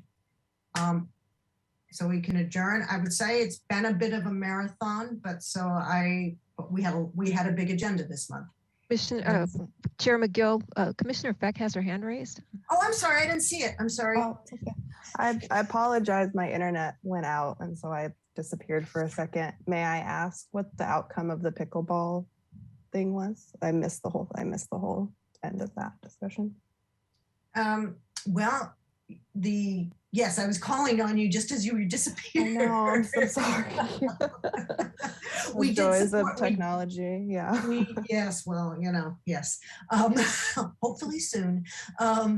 We did vote to unanimously, minus you, of course, to support the recommendation with requests to circle back in 6 months and see where we are. Okay, cool. Thank you. Thanks.